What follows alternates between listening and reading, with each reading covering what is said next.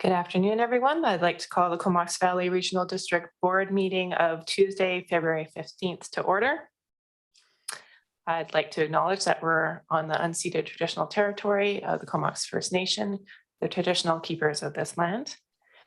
And along with the recognition of territories, we have been reading articles from the United Nations Declaration on the Rights of Indigenous Peoples in an effort to inform ourselves and the public of the contents of that. And we're on the last article today, which is Article 46.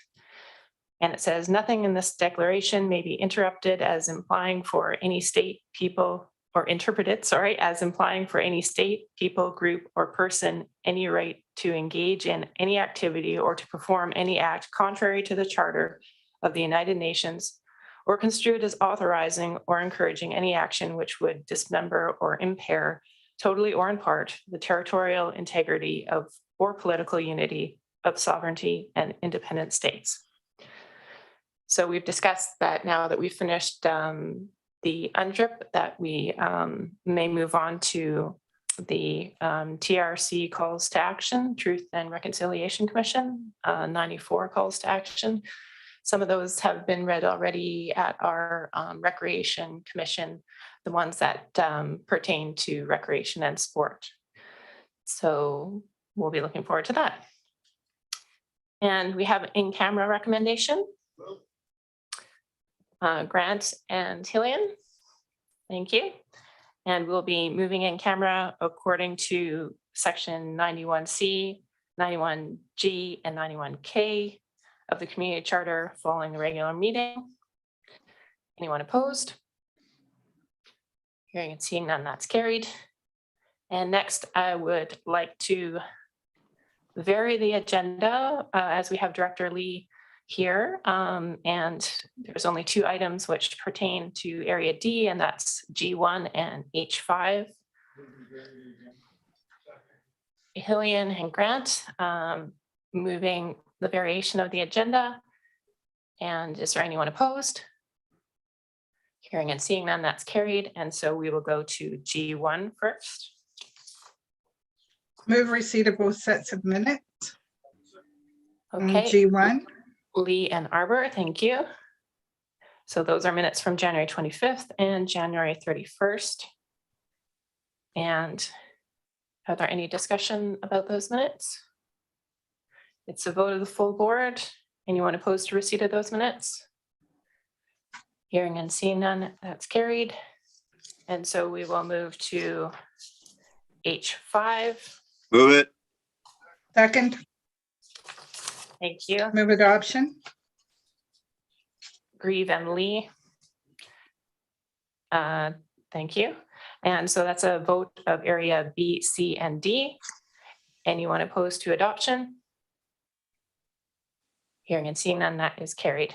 Thank you, Director Lee. Thank you, Madam Chair. See you guys next time. Have a great evening, afternoon. You too. Okay, so we are on item C, adoption of minutes for the board from January 25th. Grant and Arbor, thank you. Anyone opposed to adoption of those minutes? Hearing and seeing none, that's carried. And that brings us to petitions and delegations. And today we have the Comox Valley Minor Hockey League. Hillian and Grant, thank you. So we have Trevor Petula, Paul Ives, and Simon Morgan. And we welcome you to the mic.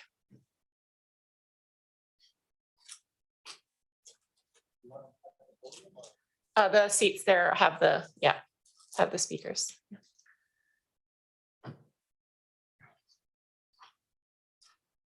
Well, first off, thank you for the opportunity to come and speak with you about this topic today. Yeah, you just have to press the red button. Yeah. Oh, there we go. Thank you for the opportunity to come and speak with you today regarding this topic. We really appreciate you listening to this ask and helping us with this endeavor. We'd also like to thank the Cvrd for the work they have done to keep the arenas operating through COVID for the kids to continue to play hockey and enjoy the sport. So thank you to all those people involved and the workers at the individual facilities. I'll just do a short introduction. To my left is Simon Morgan, who is the registrar for the Comox Valley Minor Hockey Association for the last 2 years. And he graciously took on this responsibility as part of his retirement, give back to the community, along with a lot of other programs. He oversees a lot of the day-to-day business with the association.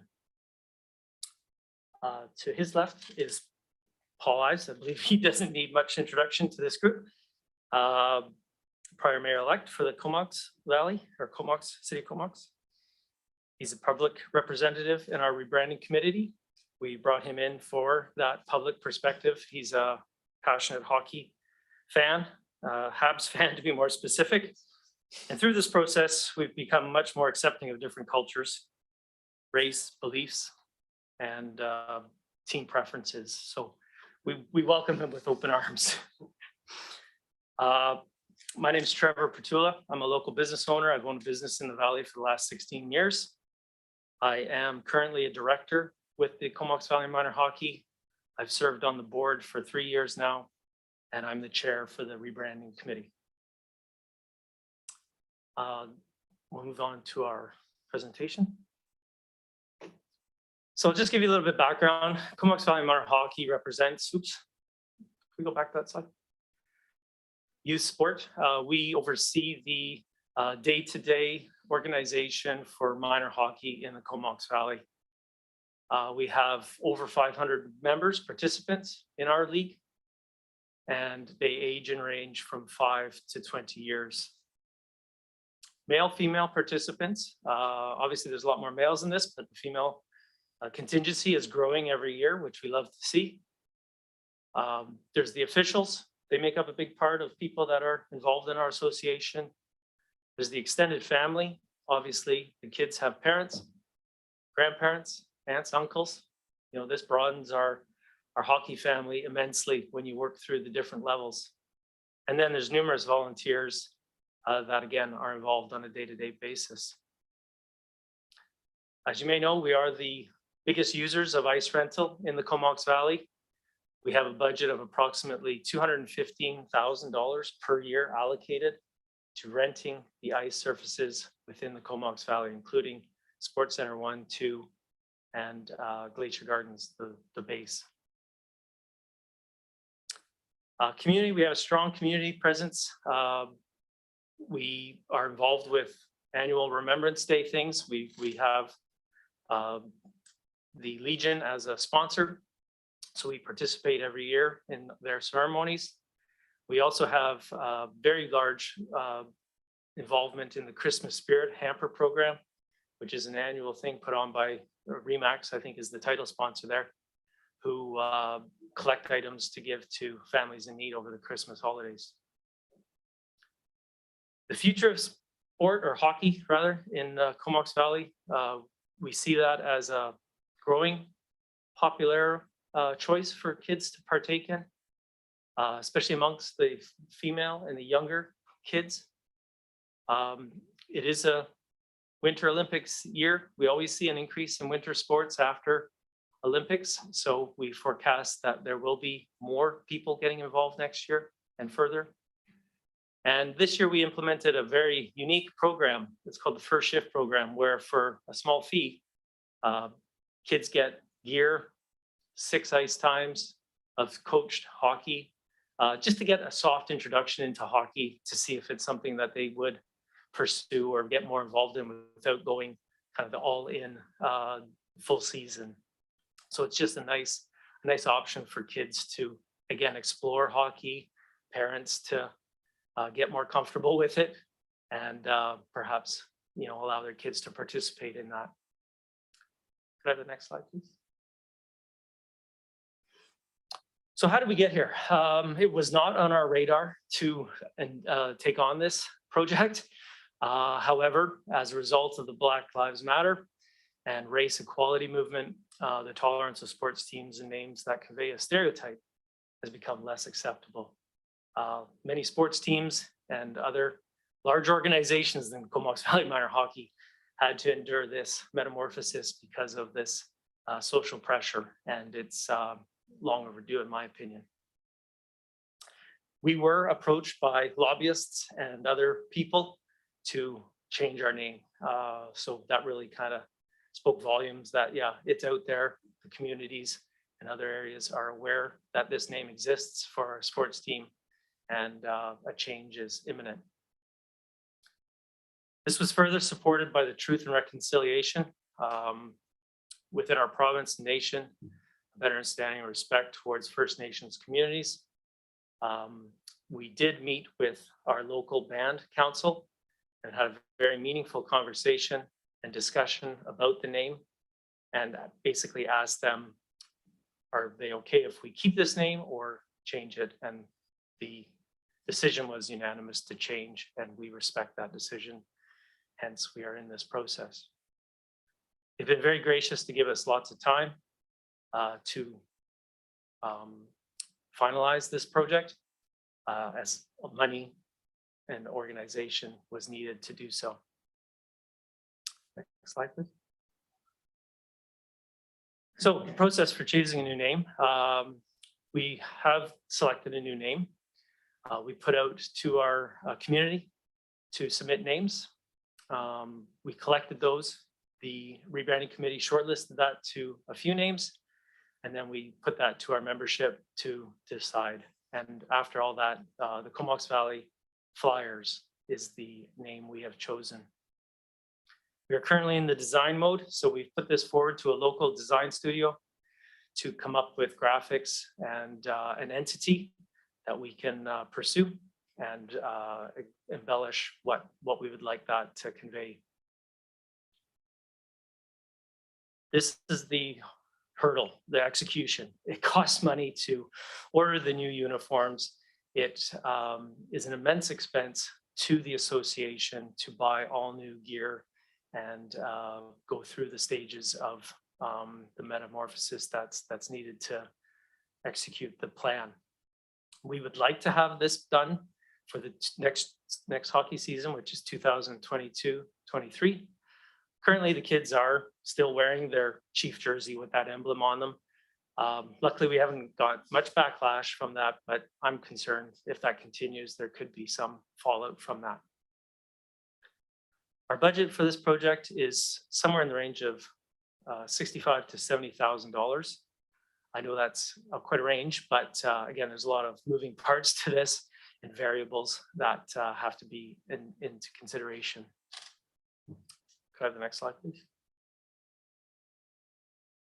So flyers, I'll just talk quickly about that. We embrace this name. We feel it represents a powerful, fast, above the rest entity, which again is what sports teams strive to kind of evoke. There's the obvious connection to the Royal Canadian Air Force and 19 Wing base, which constitutes a big portion of our population. There's a connection to wildlife eagles. We're not really sure what direction we're going with the graphic design yet, but that is another possibility. And then a strong airplane focus in the valley with our busy air park and planes flying here, there, and everywhere on a daily basis. Next slide, please. So budgeting table, we've been very diligent and active in our fundraising. We have raised $30,000 towards this project already with our annual fundraising raffle.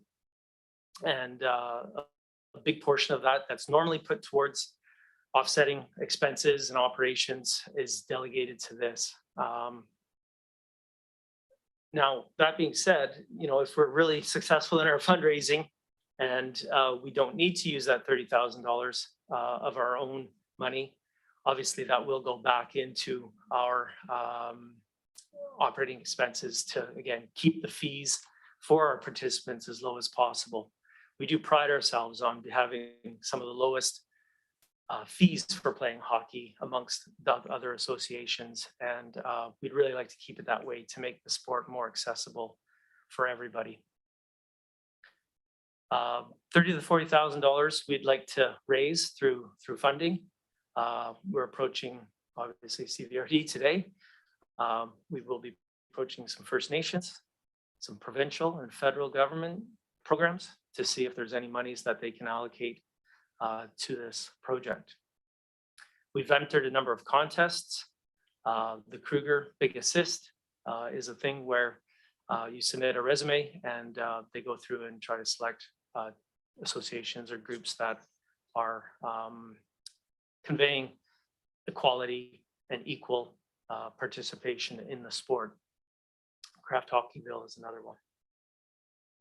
And then this is unique this year, $8,000 to $10,000. We're looking to a private business and a title sponsor for the association. We currently have other sponsors who provide funds for, again, offsetting the costs, and they get their name on the jerseys, individual teams, basically.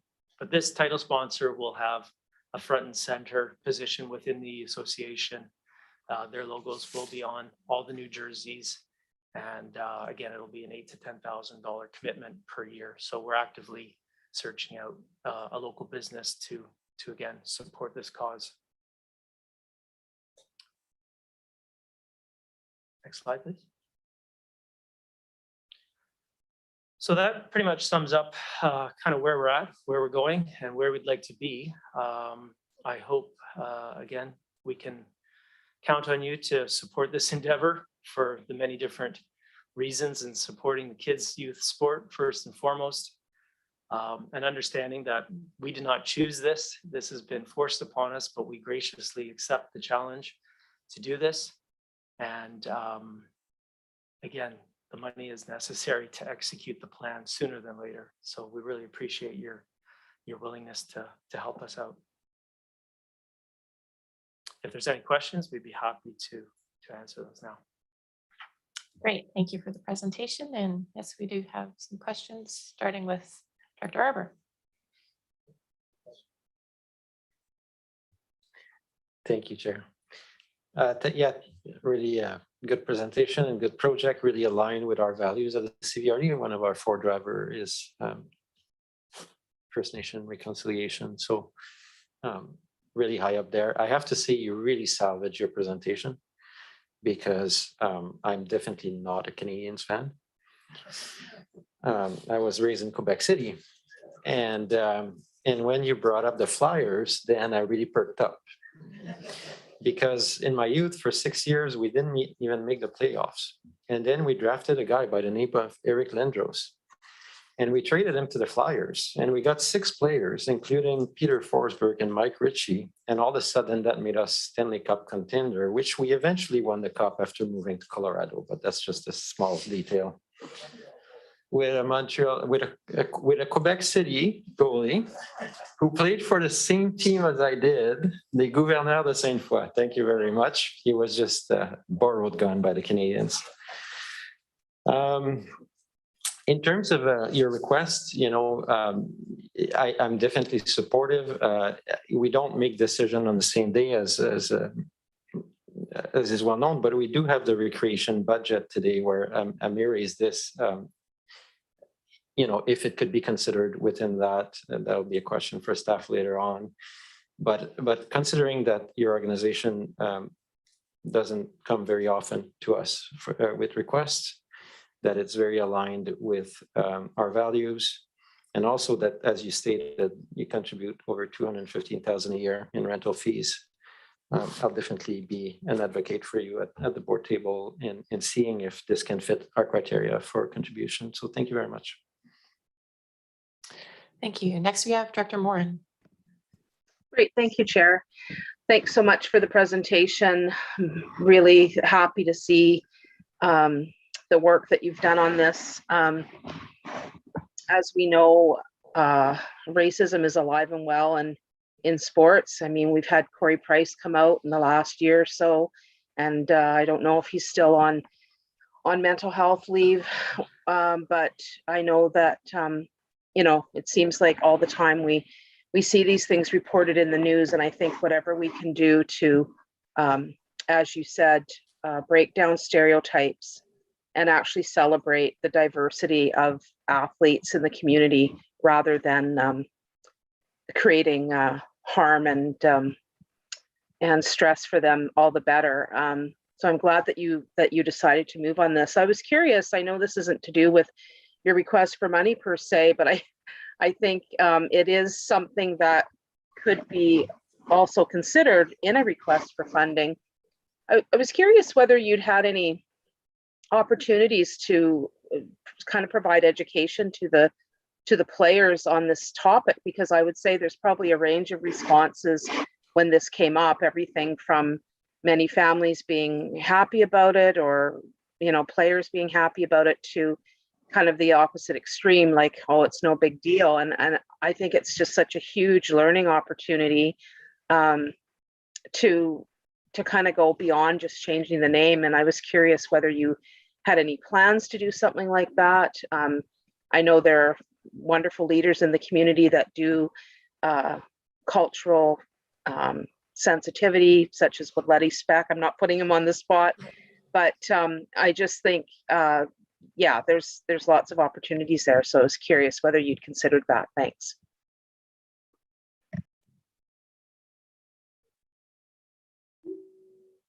Yes, I'll speak to that.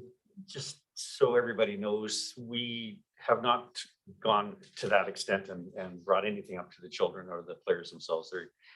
The bulk of our association is between 5 and 8 years old. There's about 250 children in that area. I do understand what you're saying, and I think that's a great opportunity. To go back to part of your question, you're asking about the mix that we got when this came about originally. And it was interesting. I believe initially there was some resistance because this had been in the association. The name had been in the association since the association started in 1978. So it's just, again, it's been inbred as the name of this association. I think over time, though, with the support of the board and the individuals that are pushing this forward, they started to understand that this is needed. This is what we require to do, and we require to do it now. We can't wait to do this. And I agree with you. Education would certainly help in this area. But to answer your question, no, we've not provided anything at this particular moment in time. I'll just add one thing. We did get a nice letter from Comox First Nation Council, you know, again, with the gist of our meeting. And we did put that out to our membership on our social media page, which again explained kind of what their wishes were and how we were going to implement a change. With regards to the sports team, it's kind of a unique scenario. Some bands in some areas see it as a good thing. You know, again, their band can be represented. It gives the children in their community a sense of entity within their community having that, and that's what made it difficult. It's a really varied opinion. Obviously, we are just dealing with our local community and respecting the wishes of the Comox Valley First Nations to abolish the chief's name. Moving forward, if there's something that'll be part of our kind of broadcast of the new name is, you know, again, how we got to here, you know, this transition. And I do think that's a great idea to incorporate the educational component. Could I just have a quick follow-up, Chair?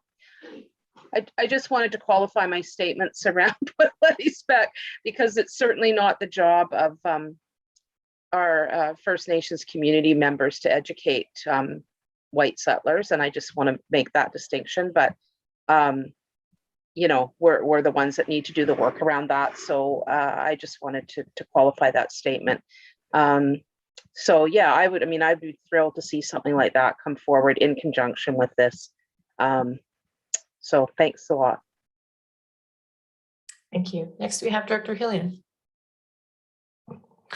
Thank you, Chair. Thanks very much for the presentation. Really appreciate it. And I'd like nothing better than to talk hockey with you guys. But I'm a diehard Canucks fan, and it's really interesting to see the evolution of the awareness that's happening. All the Canucks home games now start out with the territorial acknowledgement. I don't know if that's something that could be considered at the level here. But specifically, I wanted to ask, you mentioned something about supporting families to get into the game. And I'm not sure if you have any type of low income consideration where kids who don't have the means can get access to play the sport, because of course, the cost of equipment and such remains the biggest barrier to participation. We do. We had brought up in the slide earlier, the first shift program. And basically most of the parents that attend that, it's 200, just to give you a big background on it, it's $299 for a full set of gear. That's from skates to helmet. And they come and attend a welcome event with us where they're shown how to participate, get their skates sharpened, sticks included. And then we provide them 6 ice sessions and the coaching to kind of get them used to the sport. And then we offer them half price for their first season so that we can kind of get them even more immersed into the sport. An additional thing, I'm on the board for Kids Sport, which is the local association here.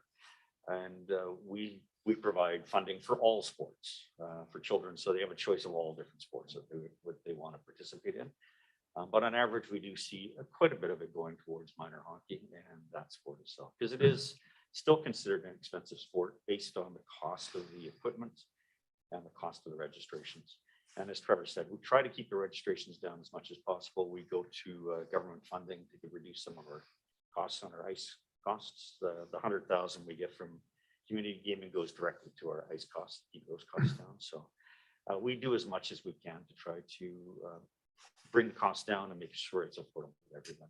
Great, thanks for highlighting that further. And I will look forward to hearing back from our staff about whether there might be a way for us to help you out in this situation. Thanks. I'll just do one last little plug. Director Grant and I have played on the Mayor's Cup teams for a number of years. I know others like Doug and Wes Arnott have helped coach. We did that for about 10 years up until 2 years ago. Of course, we can't do that right now. We're hopeful now, as a result of today's announcement, we'll be able to run another one this March. We'll have to figure that out. But we've raised, a good amount of money every year towards kids sport, $7,000 to $10,000 a year. We even had the Habs alumni come in, the Canucks alumni come in. So that's always been a focus to try to, as older hockey players of a certain age, to help some of the younger players learn to love the sport. And the only add I would put to that is the kids sport that we do here is local, and all the funds are just for local kids. So anything we raise is just put right back into our local associations. Okay. Thank you. Thank you. Next, we have Director Grant. Thanks. So, Doug, I know you talked about talking hockey, but trust me, after sitting at the table with Paul long enough, you don't want to talk hockey with him. It's just Montreal this, Montreal that. So, another historic tie in here is that back in the 60s, we used to have a junior B team called the Lavers Flyers. So there you go. And I know that goes way back for some. Edwin might remember, but I just want to be really clear on what your ask is here. So you have about 30,000. If we were to give you 40,000, that would get you to where you want to go. But if we expanded that and gave you 70, we could maybe include some of these education pieces and things that other people have talked about. Is that, am I on track with that, or? Yeah, you would be completely on track with that assumption. Obviously, if there's more money, we can do more. This is bare minimum. This is just to get the Chiefs logo, the Chiefs jerseys out of the picture and introduce the new ones as soon as possible. Obviously, if there's more money, more funds granted to us, no pun intended, Councillor Grant,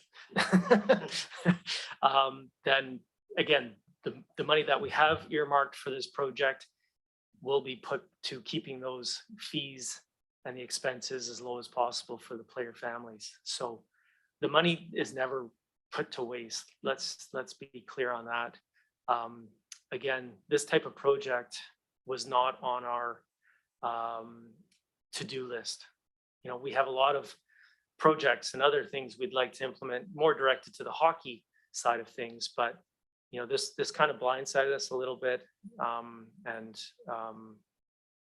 We're again trying to implement the changes as timely as possible. So the money sooner than later, more money than less, obviously is going to really facilitate that change. Thank you. Next, we have Director McCollum. Thanks, Chair. Yeah, just one quick question to add to the discussion here. Were you to be unsuccessful in obtaining funding from nonprofit and local government, and it was just on the backs of your fundraising efforts, what kind of increase would families be looking at for their registration fees in the upcoming season? That's a great question. A little hard to say, but there would be an increase. Bottom line, the fees would have to go up substantially to cover these costs. Not only that, we would probably have to delay the execution of the plan to the following year. We have until 2023-24 to implement the change. The Comox First Nation has given us that timeline. So the caveat would be twofold in that regard. Yes, we would have to have more money raised from our association and members by increasing their fees. And then secondary, we'd have to delay the project until a later time, which is unfortunate. Thanks for that. And just one question about the fundraising piece as well. Is the raffle a regular ongoing fundraiser that is done each year, and this year it's being earmarked for this particular initiative, or is that a new fundraising effort in relation to this new funding need? It's an annual fundraising event. The last 2 years it's been earmarked. So there was $15,000 for the past 2 years that have been allocated to this project from that fundraising effort. COVID has affected our fundraising capacity. Normally we could go door to door, involve more people. That wasn't an option the last couple of years out of respect for our neighbors and keeping the community safe to not have people go door to door. So it was really internal fundraising the last couple of years. We're hopeful that can grow and change in the future with the lessening of the COVID threat. But yeah, to answer your question, it's an annual event. Okay, thanks for answering that. You're welcome.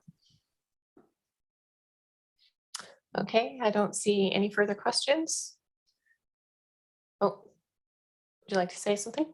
I'd add that we are looking at repurposing the uniforms when we do change them too, because that's really important that we don't end up just throwing away in the landfill. So we are researching areas and different locations right now to see whether there's somebody who would like those jerseys and we could send them off, the existing jerseys.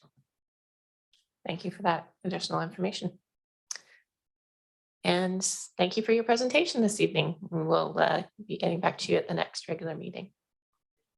Thank you. And is there anyone opposed to receipt of delegation? Hearing and seeing none, that is carried. Thank you. We're on to item F, public input from 2022 to 2026 financial plan. Thank you. Thank you very much, Chair and Directors, and there's no public input to reference or refer to at this time, but members of the public watching this meeting, we have a website that has all the budget presentations. A number will be presented to the board tonight for consideration, and we're looking for the input of the public. There has been some comments provided to some of our other committees or otherwise that will be shared with them as their budgets are considered. So that's all I have at this time. Thank you, Russell. And anyone opposed to receipt of that update? Hearing, seeing, and that is carried.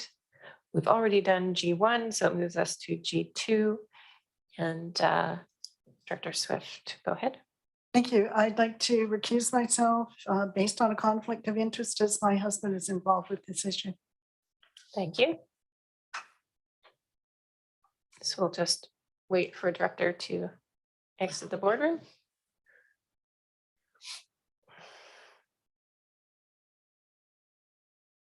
Okay, so receipt of item electoral area service committee, January 31st minutes.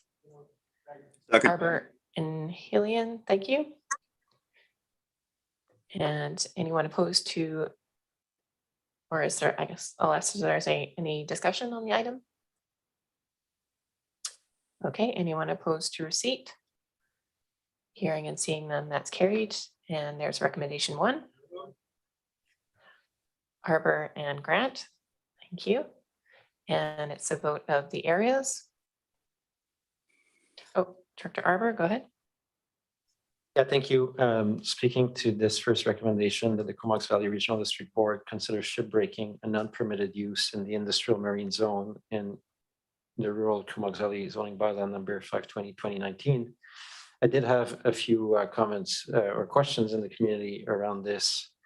And I would like to say that, and the question was, what is the difference between the different terms? And I just want to state for myself, in considering this recommendation, that ship breaking, ship scrapping, ship recycling, ship dismantling are, in my mind, equivalent items. Thank you.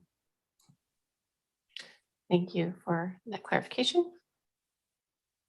Any further discussion? Okay. And again, it's above the areas. Anyone opposed? Hearing and seeing none, that's carried unanimously. We're on to recommendation 2. Move to. Okay, I'll give that to Director Grieve and and Arbor. And again, it's a vote of the areas. And it's that the Cvrd approve legal action and enforcement to halt contravention of the zoning bylaw on property described there on the screen.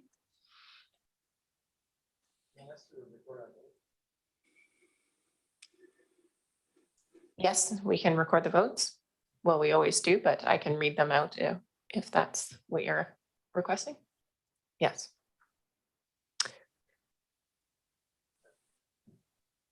Oh, Director Hillian.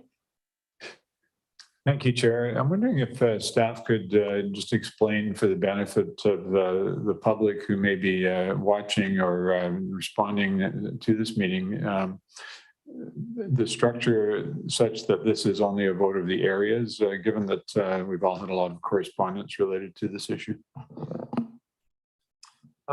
Thank you, Madam Chair. I can answer the question. This is a land use matter, and it was a matter that was considered by the Electoral Area Services Committee, so the 3 electoral area directors of A, B, and C. The full staff report is available on our website that provides some background. To answer your question on why the electoral area directors only vote on it, because it is a matter of land use, they are the participating members in that service. And so the way regional districts are structured, committees bring forward recommendations that have to be confirmed at the board meeting, but at the board, it is only those that participate in the service that actually vote on such matters. So on each one of our agendas, we allude to those members that are permitted to vote, and in this case, the electoral area directors A, B, and C. Thanks. And just to be clear, I do understand that, but it's not always apparent to the members of the general public. So I appreciate you putting that on the record. Thanks. Thank you. Any further discussion? I'll call the question and I'll go to each director for their vote as requested. Starting with Director Arbor. In favor. Director Hamir. In favor. In favor. Director Grieve. In favor. In favor. That passes unanimously. Thank you. And recommendation 3. Move 3. Grant and Arbor. And again, it's that the Comox Valley Regional District approve legal action and enforcement to halt contravention of the aquatic and riparian habitat development section of bylaw number 337. Any further discussion? Okay, this is again vote of the areas. I'll go to each director, starting with Director Arbor. In favor. Director Hamir. In favor. In favor, and Director Grieve. In favor. In favor? Again, it passes unanimously. We're on to recommendation 4. Thank you. And it's that the Cvrd authorize its solicitors to provide an undertaking as to damages in support of an application for an interim injunction to enforce the bylaws of the Comox Valley Regional District. And there is further discussion. Director Arbor? Thank you. There's also questions in the community about this one, understanding that some of this is a little bit of legalese wording. And so in regards to undertaking as to damages, does this resolution, basically the question I got is, does this resolution mean that the Cvrd will automatically pursue an interim injunction, or if staff can comment on the next steps and process? Madam Chair, I'll just refer to the General Manager of Planning and Development, Alana Mullally, that is on Zoom with us tonight to answer that question. Thank you, Russell. Through Madam Chair to the directors. This recommendation, just for the public's benefit, you're right, it is legalese. This is just intended to authorize us to work with our solicitors to move towards this process. And it's this language is flagged because this is our avenue when we're talking about a contravention of our official community plan and a development permit.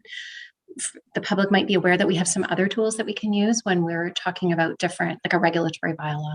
But this is really just to set us up to proceed to court to pursue this interim injunction, which does contain a requirement, potentially, if not waived by the court, to provide that undertaking. Thank you. And Director Hamir, go ahead. Thanks.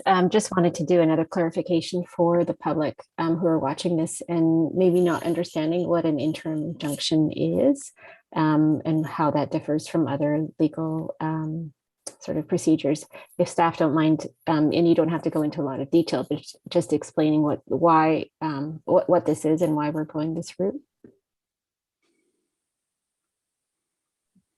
Through Madam Chair to the directors, I'm really glad you haven't asked me to go into the details because frankly, I can't. I'd have to ask for some legal advice here. But as a planner, I think the way that I would describe this to our public is that this is our board pursuing a cease or a stop to this activity that's happening in contravention. And so this is the term that is used to reflect that. We will be asking that the court order that this operator owner cease the activity that is contrary to our zoning and to our official community plan. Thanks. I think that's exactly what I was hoping the public can hear. Thank you, Director Arbor. Thank you. And just before voting, I'll just explain why am I in favor as well. And I think the community has noticed that another barge was brought on shore this weekend.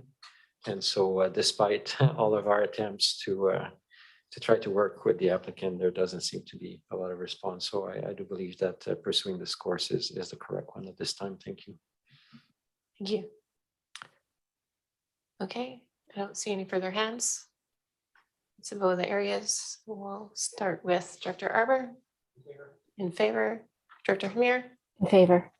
In favor. And Director Grieve. In favor. In favor. Again, unanimous vote. Thank you. It passes. And we're on to item 3.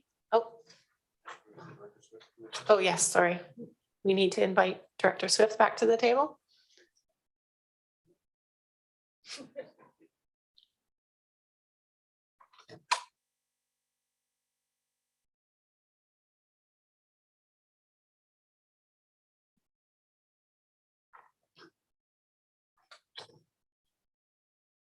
Okay, so we're on to item 3, the Electoral Area Service Committee minutes from February 7th. Arbor and Hillian, thank you. Any further discussion on those minutes? And it's a vote of full board. Anyone opposed? Hearing and seeing none, that is carried. There's recommendation 1. Second. Grant and Swift, thank you. And I don't know how to say the name of that creek. Does anyone? Dr. Arbor? Yeah, thank you. Just providing a bit of recommendation because this one is actually a vote of all. And perhaps it's because there's only one service participant, which is one of the uniqueness of regional district CO.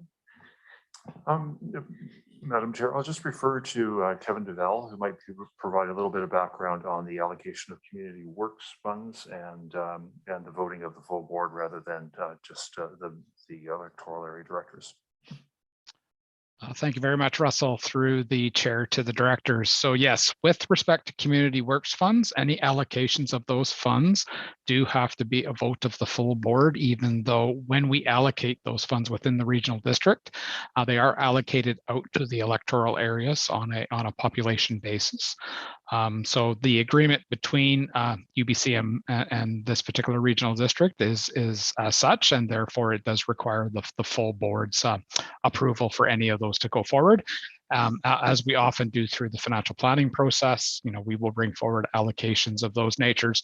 Those allocations also would come ultimately to the full board for its endorsement as well. Yes, thank you. So thank you. And I think that it's great to have that clarification, because it really shows that if there was that desire, how the municipalities could really make the life of the electoral areas miserable.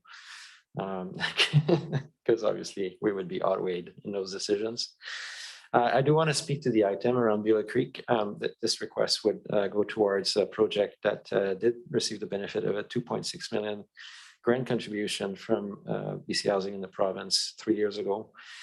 Costs have escalated, and they're proposing to provide financing as well. It's typical of local government, as you would know, through the homelessness coalition work, to put a little bit of money to show that partnership with the province. The islands are excluded from that from the service with the coalition. So this is a way to try to show that support to the project by the Cvrd board and in that allocation. And I'm happy to answer any other questions. And the second part is, I think what you're voting on is staff would definitely do a little bit more of due diligence in terms of both the eligibility and also the role in the project of that contribution. Thank you for that background. Is there any further discussion? Okay, it's both full boards. Anyone opposed? Hearing and seeing none, that is carried. Thank you. On to recommendation 2. Second. Grant and Hamir, thank you. And that's the elected areas service committee refers this matter to the board with a request for the Cvrd to write a letter of support for the Beulah Creek Village project to BC Housing. Director Arbor. Beulah Creek. Beulah. Very good. Yeah. Yeah, this one I would really appreciate as well, because there's been a number of letters written from the community. There's a concern with the cost escalation that the project, we've heard, even though there's billions of dollars apparently going to housing in Canada, it takes a while for it to hit the street. And so we want to ensure that there's that local support. And myself and the Hornby committee would really appreciate the full weight of the Cvrd board in support of this project through a letter to through these orders of government in BC Housing. Thank you. Thank you. Director Morin, go ahead. Thank you. I'm sure BC Housing has obviously lots of projects on their staff and their desk. I'm just hoping that, we often vote on these letters of support, et cetera, and I'm hoping that there is some more specific background information that goes in the letter that really paints a picture of the dire need. I mean, every community has dire need, but I think having some specifics rather than just sort of another letter that lands on their desk would be really helpful. So yeah, I'm just putting that out there that maybe Director Arbor or whoever's involved can paint the picture a little bit so that maybe it gets more attention when it crosses the desks of the powers that be. Thanks. Thank you. Director Arbor. Thank you. And I do know that our our head of planning, Alana Mullally, has some background already on the project, but for the benefit of the board and ourselves, I'll just list a couple of things that could be highlighted. One is that recognizing that this is a remote island that also has its heavy share of tourism and pressure on housing. A housing needs assessment was completed in 2018 by the Allen Strauss, which identified the need for about 100 units. This particular project would provide 26 units towards that goal. And lastly, I would say it may be good to encourage the orders of government to consider that, you know, the cost some of the factors that are problematic are beyond the control, you know, of these organizations that are working towards housing, i.e. the cost of construction. Because when BC Housing made the announcement 3 years ago, to be honest, as we all know, the cost of construction, there was a good chance they were going to be on budget. But 3 years later, there's just to encourage them to get this project to the finish line. So those would be some of the items that I think would be well received. Thank you. Any further discussion? Okay, I'll call the question to both full board. Anyone opposed? Hearing and seeing none, that is carried unanimously. And we're on to item 4, committee of the whole minutes from February 3rd for receipt. Grant and Hillian, thank you. And Director Grieve. Yes, thank you, Adam. Okay. You there? Yes, go ahead. Here. Now, I watched with great interest the presentation by Tourism Vancouver Island at the committee of the whole, but later on, I discovered that TVI was in the process of forming the Comox Valley Tourism Advisory Committee. And I do realize that this is an initiative of TVI, not the regional district. But a call went out, apparently about 4 weeks back. And I have a couple of questions. One is, am I the only director that didn't know about it? It was already closed by the time I found out about it.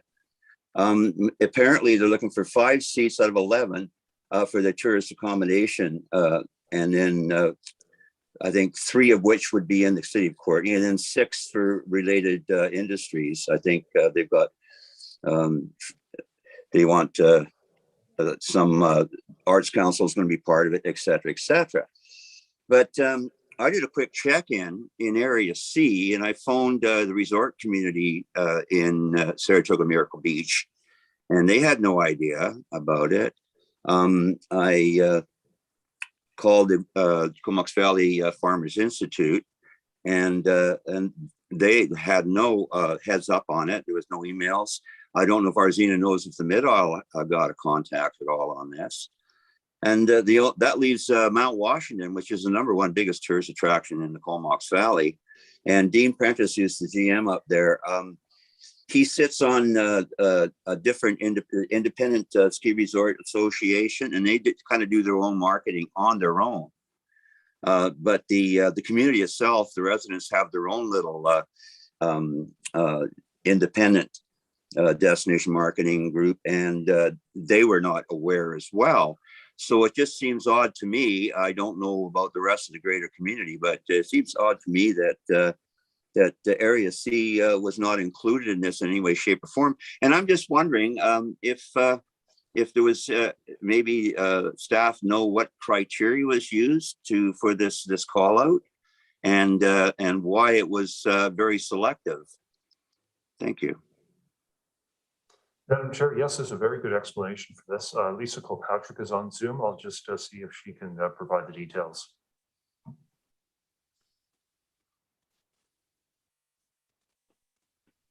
Hi, everyone. Through Madam Chair to directors. Director Grieve is correct that the call for the Tourism Advisory Committee went out in the middle of December. That was following the approval of the City of Courtenay Council. The Tourism Advisory Committee is a requirement of the MRDT, which falls under the City of Courtenay. So the City of Courtenay approved the terms of reference for the TAC, as we're calling it. That was included. That report to City of Courtenay Council was included in the board directors, CVRD board directors. I think it's the read file for awareness, and within that report was the timing and the plan for the call to go out to the public. My understanding from TVI is that they do have an industry stakeholder contact list, and that call went out through that industry stakeholder contact list. The call for advisory members has been closed, and there were 17 applications that were received for the 11 seats. So in essence, not the electoral areas and just the City of Courtenay. Was Comox included? Sorry, Director Reed, can you clarify your question? Yeah, Was Madam Chair, I can answer in that the MRDT is often referred to as the hotel tax, and it is a function of the City of Courtenay and only the City of Courtenay. They are the only jurisdiction that participates. TVI is providing the service of overseeing that on behalf of the City of Courtenay. There is the opportunity for it to be a broader regional service, but there will have to be a process undertaken to adopt that MRDT or hotel tax across the broader region. It certainly is on the radar for consideration in subsequent years to work that through and see if there is the appetite for that. But for the time being, it is a function of just the City of Courtenay at this time, because that is the jurisdiction that has the hotel tax in place. Well, my understanding was that the Comox Valley Airport Society was also included. This is the applications haven't been adjudicated yet. That will happen in the next few weeks. Out of the 11 seats, there are 5 seats for representation from the Comox Valley, 2, as Russell indicated, to recognize that the potential for this to be a regional service. As well, we also have the Destination BC funding, which is regional funding. So we want to make sure that there is input from the broader Comox Valley. So part of the review of the applications will be ensuring that there is that geographic representation from the area. And once the folks adjudicate those applications, if it's found that there are gaps in either the business type for the seats or the geographic area, then TVI will consider going back out for call. So it's TVI's call. So TVI is the adjudication group, because this is a committee of TVI. Okay. Next, we have Director Grant. Thank you. So being a part of that forum, I was quite disappointed actually that there wasn't much consideration put into those that rely on tourism for their income, like the hotels, the restaurants, airports, ski hills. BC Tourism, I heard this morning, the tourism operators are out about $53 billion this year in British Columbia alone, not this year, but over the last 3 years due to COVID. So my question on this, is there any destination marketing money being considered? And in particular, the airport has talked to me several times about Swoop Airlines, that has just come to the Valley, and they would be looking for some marketing money to help launch that. And so I'm wondering if there's any consideration. The tone of the meeting was quite negative on that bit. So that would be my question. So TVI is currently developing their plan, their destination marketing plan for 2022-23, and so and also revising the MRDT plan. And one of the benefits of the TAC being formed now is that they can take those plans for review by the TAC. On the Tourism Advisory Committee, there is a transportation business seat. And so there is opportunity for the transportation industry to comment on those plans and the allocation of the destination marketing funds to benefit transportation into the region. Thank you. Dr. Hamir, go ahead. Yeah, I'll maybe just give an alternate viewpoint. I really did enjoy the TVI presentation. Rather than negative, as some directors have mentioned, I found it very refreshing and acknowledging some of the impacts that tourism can have on our community and how the community tends to bear the brunt of those impacts and are generally not paid for them. So I appreciated it. To Director Greaves' comment about the TVI PAC, or sorry, the TAC, I did actually get an email that I forwarded to a number of people who I thought might consider applying for the food. There's a position on the Technical Advisory Committee for Food. And I'm assuming I just got that because I was, on the Discover Comox Valley email list. So I think, an email, did go out far and wide. I saw the posting on social media quite often for recruiting of members of the TAC. So I'm not sure how folks who are in the business miss that. But as was explained by staff, it is Courtenay focused because it is the hoteliers in Courtenay who are paying for it. So that made sense. And then, if the rural areas want to come into this service, then, by all means, I'd be interested in looking at that again. But for now, we don't have any MRDT coming in from area A and B. And I believe Mount Washington has its own MRDT. So I don't, maybe staff could just comment on what they're doing with their MRDT. Is it a separate fund and a separate TAC that they do? Yes, currently Mount Washington has its own MRDT and they have their own governance structure for that MRDT. So it would be kind of double dipping if they went on, had theirs and then also had, came into this one in a way, because if they're already managing their own funds separately, that doesn't sound like it makes sense for them to join the other hoteliers. I think at this point, I think that if there is conversation around a regional MRDT, they will be engaged in that conversation at that time. Thank you. Great. Thank you. Dr. Arbor.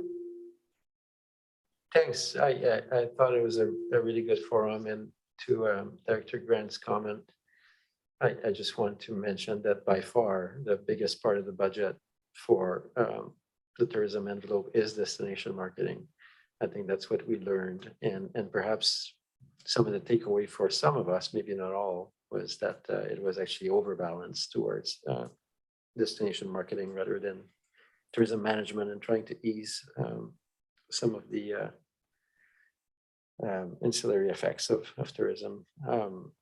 But the status quo has been heavily weighted to destination marketing. So if the airport or others want to connect into that, I'm sure they have the phone numbers of people. And in regards to the budget from the regional district, I think it will be up to the service participants to establish the priorities. Thank you.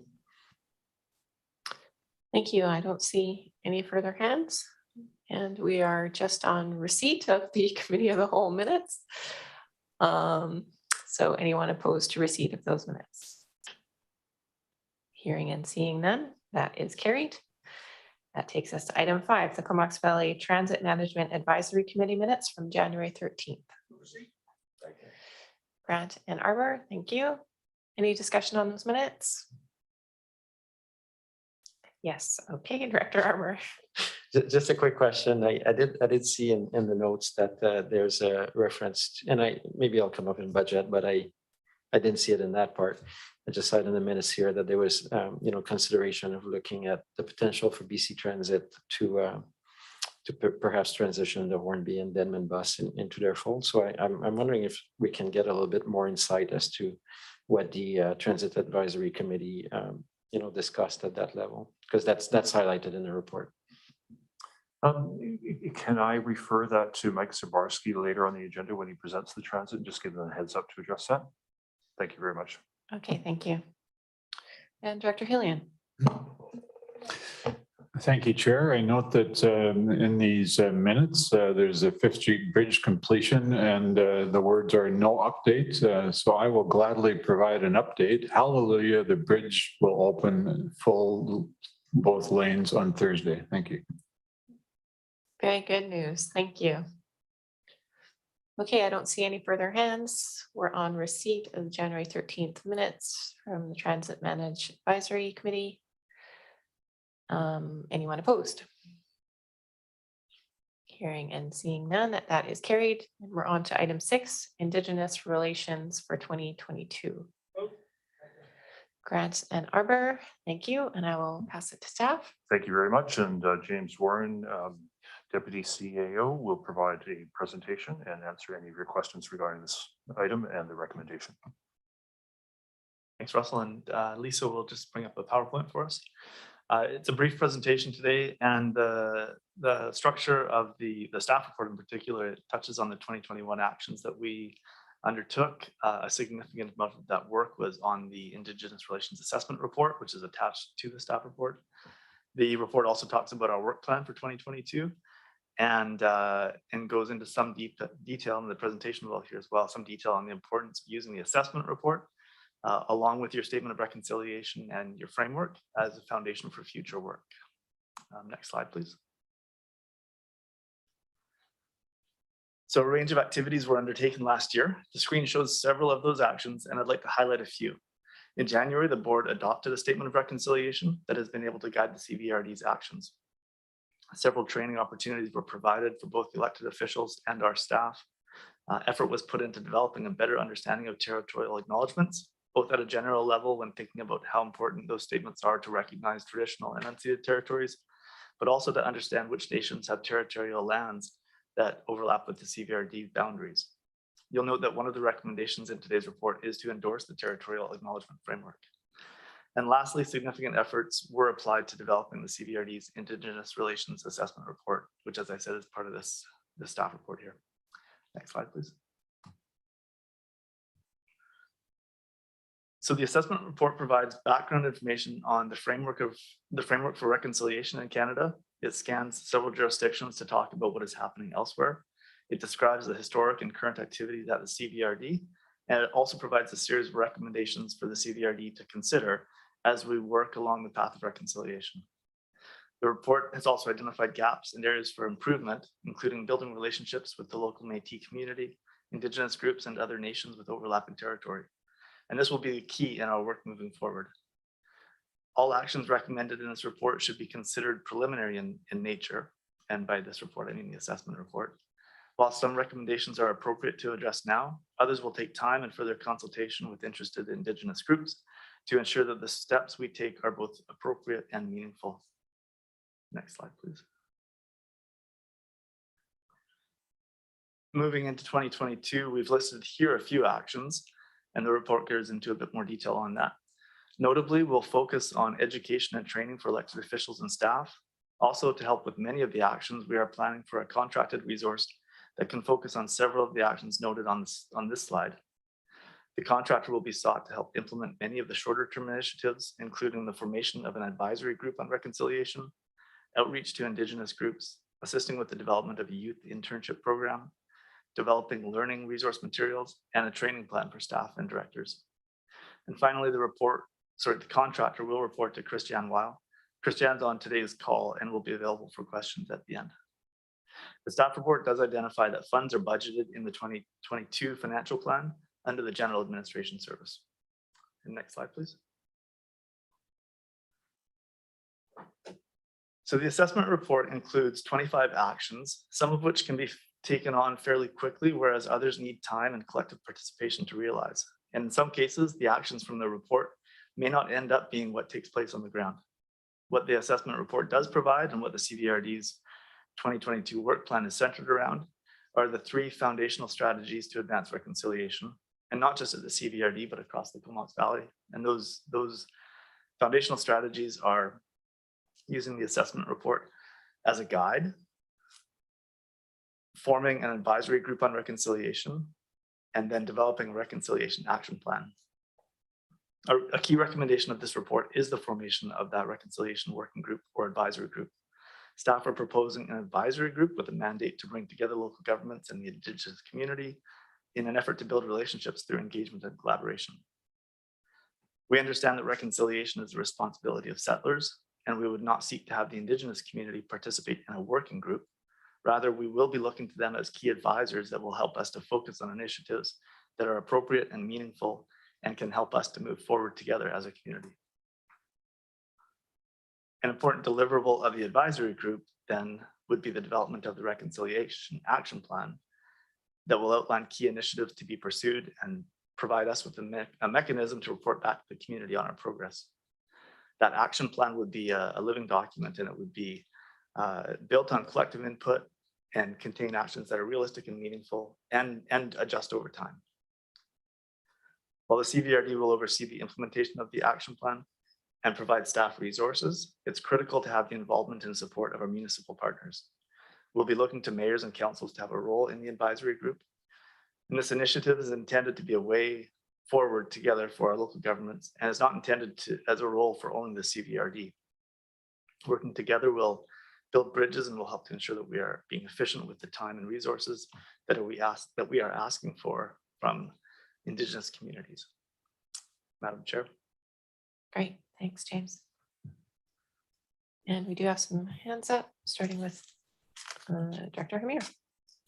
Thanks, Chair, and thanks, James, for the report. I just want to commend staff on the quality of the report and the path of moving towards this advisory group and reconciliation action plan. I really endorse that pathway. And a couple of questions. I was wondering about what kind of resources could be made available to the advisory group, especially to support folks from the community, especially Indigenous community, in participating. Are we able to put resources towards that? So, because it is a big ask of people to come and advise. So that's question one. And then I'm really curious about the internship program. Would you be able to give a few more sentences or just a little bit more about what that's going to look like? Sure. On the first question, yes, we've thought about the resources that would be needed to support the advisory group, and recognizing that contractors certainly would be there to support at an administrative level and a leadership level and facilitative role, but the stipends or some sort of a contribution to attendees to help with their attendance is also something that we're considering and would look to build into terms of reference.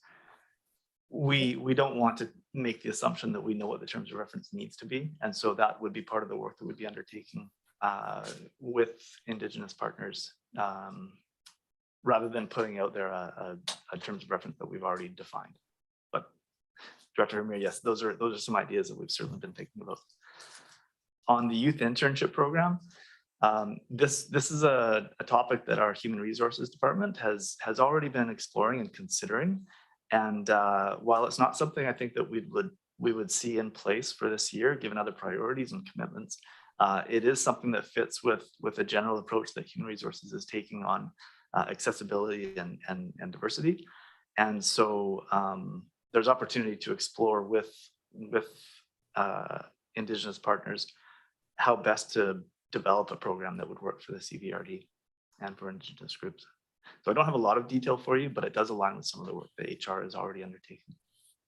Great, thank you. And next we have Director Arbor. Yeah, thank you. I was glad to see this really, as Dr. Amir said, excellent report come forward. I did not really expect it. Maybe I was unaware it was happening, but I'm sure we must have resolved somewhere to move on this. And I have a couple of thoughts. One was the report itself seems to be laid out in a way that it's meant to be printed. The design of the report and the flow of the timelines and all those things really scream a booklet. And I was going to suggest that as we close our term, that those booklets be printed for the next board when the next board comes in, so that they have an actual hard copy and understand sort of the journey that the CVRD has been on. I think there was only maybe one element in the report that I found was missing in the timeline. And I do want to give credit where credit is due at our board. I think in 2019, we established reconciliation as one of our four priorities or four core drivers. And I have to give credit to our chair for, at the very first meeting, introducing, starting to read the chapters of the UN Declaration on Indigenous people. And she just closed that chapter today. But just having it front of every meeting, I think added a lot of value in addition to the relationship she forged through the meeting. So I didn't see as much that highlighted, and I would have highlighted it. Similarly as Director Hillian, who has, I think, done such a great job the last 3 years of sitting at the treaty table as witness, and his reporting has been most excellent. So I really want to give credit to the elected official that have really poured a lot of their souls and time in building that relationship with First Nation. Lastly, in terms of the advisory group, that's a great idea. And I think I really like what was not in the report, but what James spoke about. If this can be truly a regional approach, that it's coordinated. I realize this is kind of a CVRD document right now, but I do agree that if the advisory group can truly be regional in nature, as you suggested, I think that's a great idea. So thank you for that work. Thank you, Director Hillian. Yeah, thank you, Chair, and I'm very pleased to see this. Thanks for all the good work that's gone into it. I did want to inquire about a proposal that I made through the chair and the CAO back in October, that we look into sponsoring a public event where we ask Dr. Jesse Morin to present to the community in the same presentation that he had made to one of our community forums, and also offered the use of the Sid Williams Theatre, which I discussed with the Mayor of Courtenay. Haven't really had any formal response to that, other than initial mention that it would be discussed at a chair meeting. But I'm just wondering if that came up at all in your consideration. I didn't see it in the report as such. It could be perhaps an educational event. I just wondered if it had been considered at all, if it saw the light of day. Thanks, Director Hillian. And certainly it was considered. And as I mentioned in the assessment report, there's upwards of 25 actions noted in there. And some of them are very specific, and some can be acted on immediately. And others do take a more collective approach and more collective consideration, including seeking the advice of the advisory group and some of the members that would be participating in that. We are recommending that we do that we seek the advice of the advisory group to talk about some of the community initiatives moving forward. There are many great ideas and initiatives, and we want to avoid taking too much of a colonial approach in some of that activity, recognizing that it is the work of settlers to work on reconciliation. At the same time, we want to be mindful of having that dialogue with Indigenous peoples to understand what is meaningful, and that we approach these different activities in a thoughtful way. So what we're really looking for is the advisory group to be able to assist us on some of that action. Understood. I would just point out that particular idea had been endorsed by the leadership of KFN, given that the original discussion about doing it involved them. So yeah, my only concern would be, do we see anything specific happening in this calendar year in that regard? I could look to Christiane, she's on the line, and I'm not sure if there was anything specific. We are, one of the first actions we would do after presenting to this board is to seek the contractor, issue an RFQ and seek a contractor to help with some of these actions, and certainly recognizing that there's an engagement level that has has to happen as we proceed. Christiane, do you have anything specific on actions coming up in the next 8 to 12 months? No, I think for staff and the board, one of the interim activities for the contractor would be to build out a training plan. In terms of the more public actions moving forward, as you said, James, we had been leaving that up to the process of building that plan moving forward collaboratively with the local governments and the Indigenous communities. For this particular action, if that's something that we have discussed and has been endorsed with Comox First Nation, staff can certainly follow up on that, Director Hillian. So maybe we'll just take this away then for further discussion. I wasn't aware at what level that particular initiative had been discussed. So maybe I can just be clear that that was informal conversation. I don't know there's been any resolution passed at band council or anything like that, but I'm sure there would be a very receptive ear to that.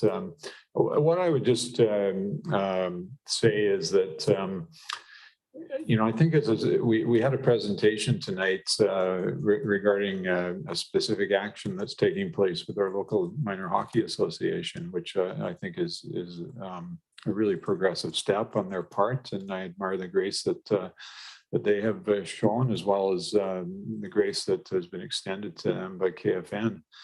But in response to Councillor Morin's very interesting suggestion, we learned that the membership really doesn't get engaged in any dialogue in relation to the issue. They just see that they're getting new sweaters and they get a copy of a letter on a website if they happen to look at it. And day after day, I talk to regular people in my normal walk of life who still don't get the whole Indigenous issue. They say, well, yeah, the residential schools, that was terrible, but it happened a long time ago. Why are we still spending so much time talking about it? I think that there's a significant gap still in terms of community understanding, although we have come leaps and bounds, and that land will continue to go that. So I think doing some public education is long overdue. And there's excellent work going on at this board and at the staff level on this file. It's superb, but it deserves to be broadcast and made known to our wider community. And I can't reiterate that strongly enough, that the good work that this board and particularly our CVRD staff are doing in relation to reconciliation needs to be broadcast. Thank you. Thank you. Director Arbor? Yeah, just a quick one. I think the one place where we are blessed in the Valley with the amount of dedication that's happening in relation to those issues, because I think you're right. Even on Facebook quite often, too often, I see comments like, oh, the Comox are not from this region, they're from elsewhere.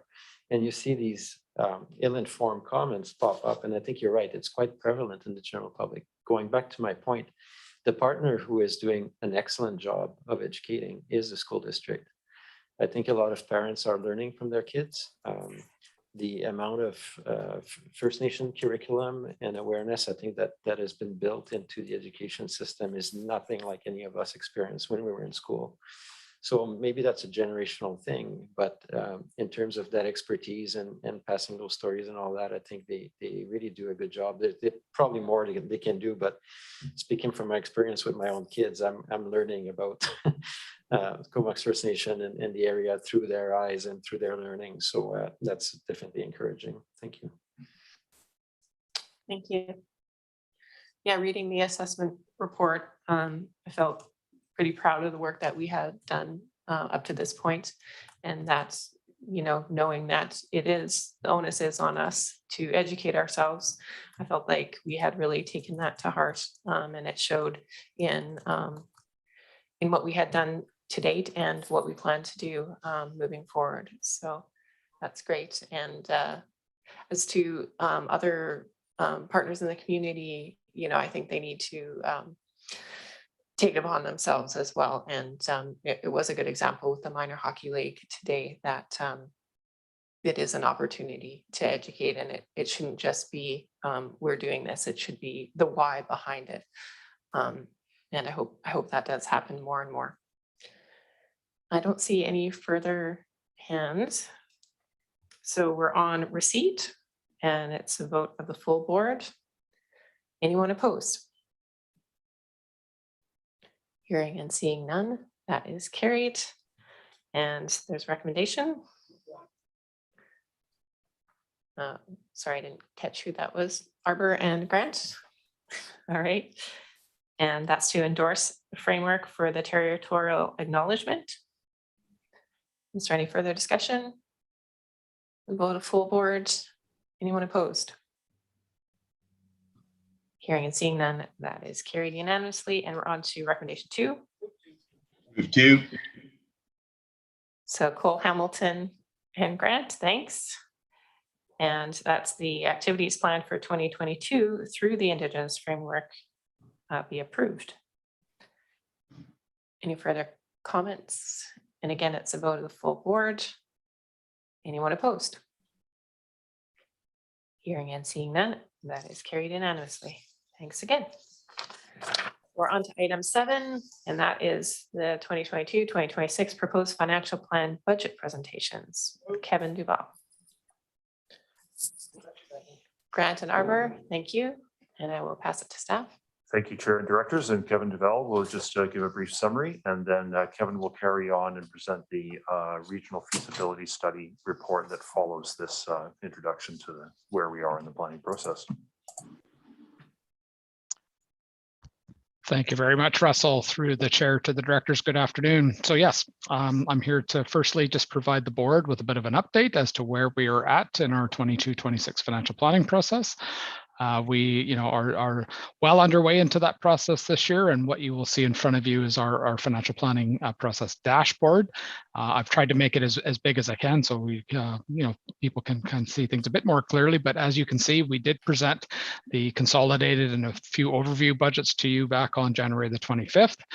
Currently, the heavy lifting has been done at our Electoral Area Services Committee, and you can see as I shift over here, several budgets have been presented and approved at that committee level. We also did, as many of you are aware, also present and bring forward a bunch of budgets at the Recreation Commission this afternoon. And then we do have a number of budgets yet to go forward, certainly to this group today, of which we have about 6 budgets coming to for your consideration. And then we do have a further opportunity at the board level on March 8th for kind of the last few number of budgets to come forward at that time. And then we are still scheduled to present to the Water and Sewage Commission as of next week. So that's kind of where we're at in the scheme of things, and just wanted to make sure everybody is aware that that's kind of where we're at in the process. So then I will quickly change screens here.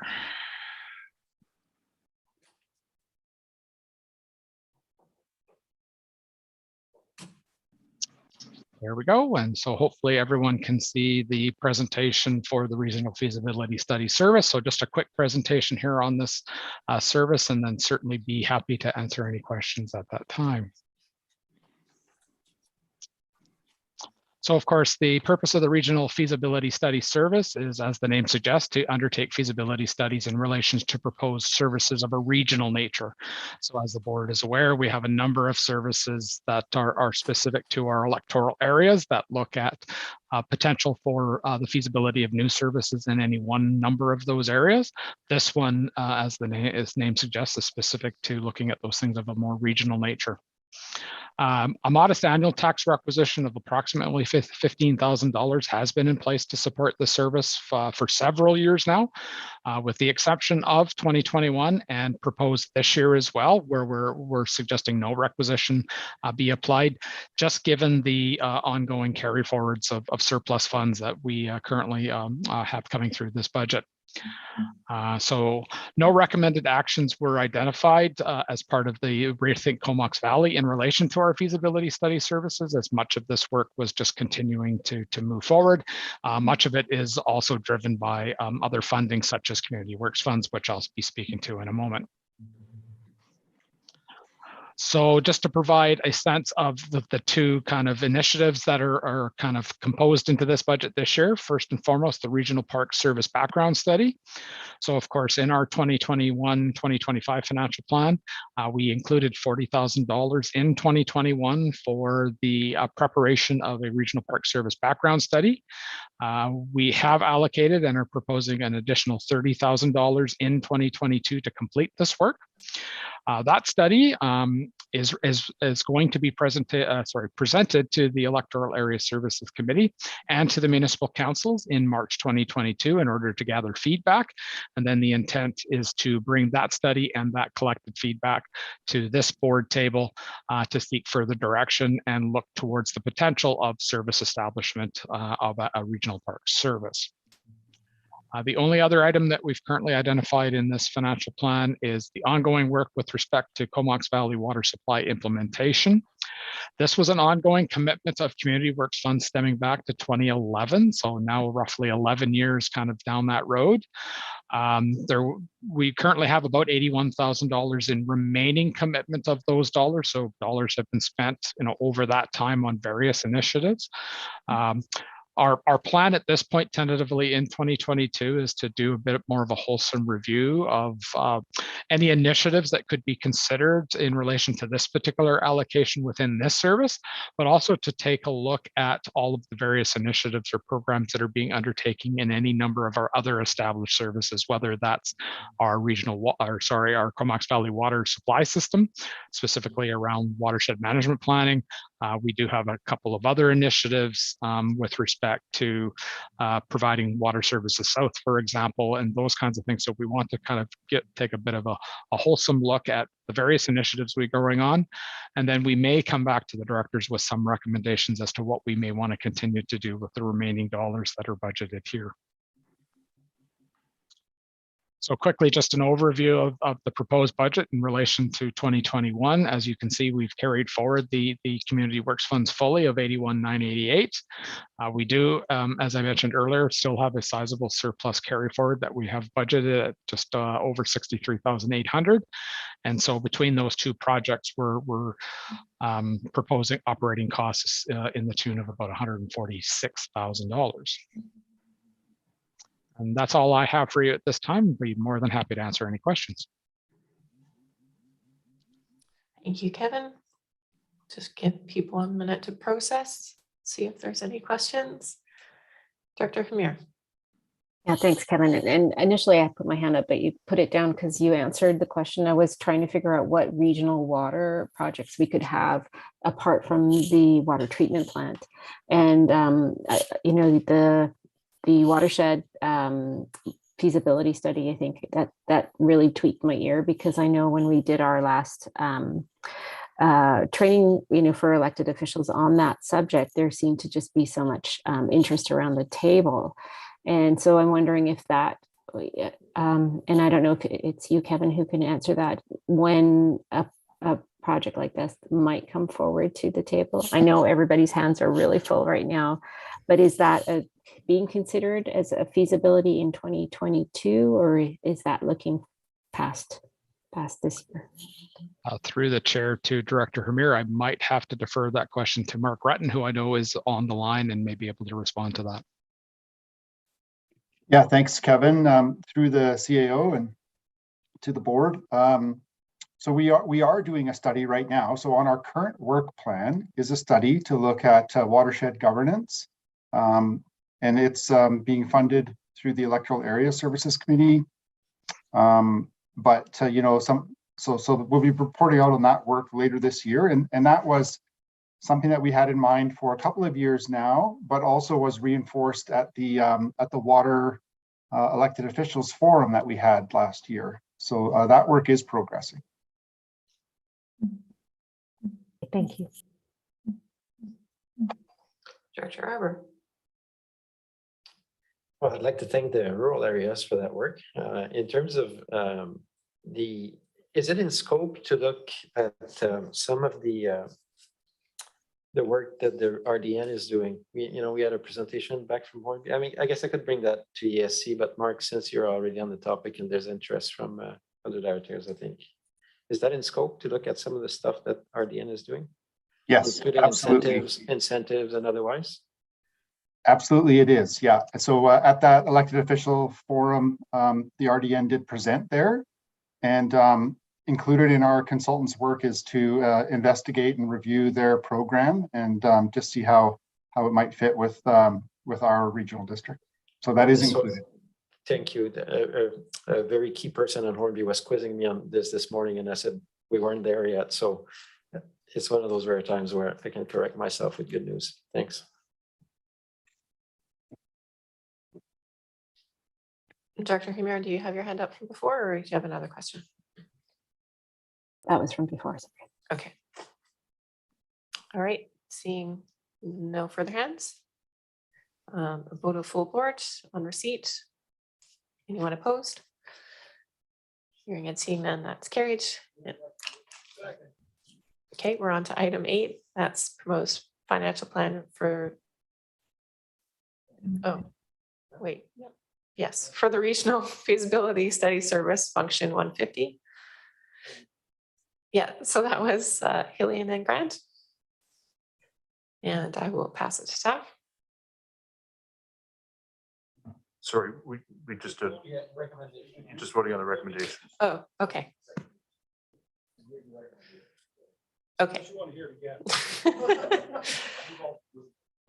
So we did 7 and 8 together. So we got, okay, yes. Okay. All right, so we're on the recommendation, and Hillian and Grant are putting forward that, correct? All right. So for the regional feasibility study service function 150 to be approved, the financial plan, and a vote of full board. Anyone opposed? Hearing and seeing that is carried. On to item 9. It's the financial plan for search and rescue service function 265. Chair, I need to recuse myself. I have a conflict. I'm married to a member of the local search and rescue. Okay, thank you, Director McCollum. We'll remove you. And we'll call you back shortly. Okay, that was Arbor and Grant, I believe. Yeah. And I will pass it to staff. Thank you very much, Chair and Directors. And Doug DeMarzo is here to present this budget and answer questions that you may have.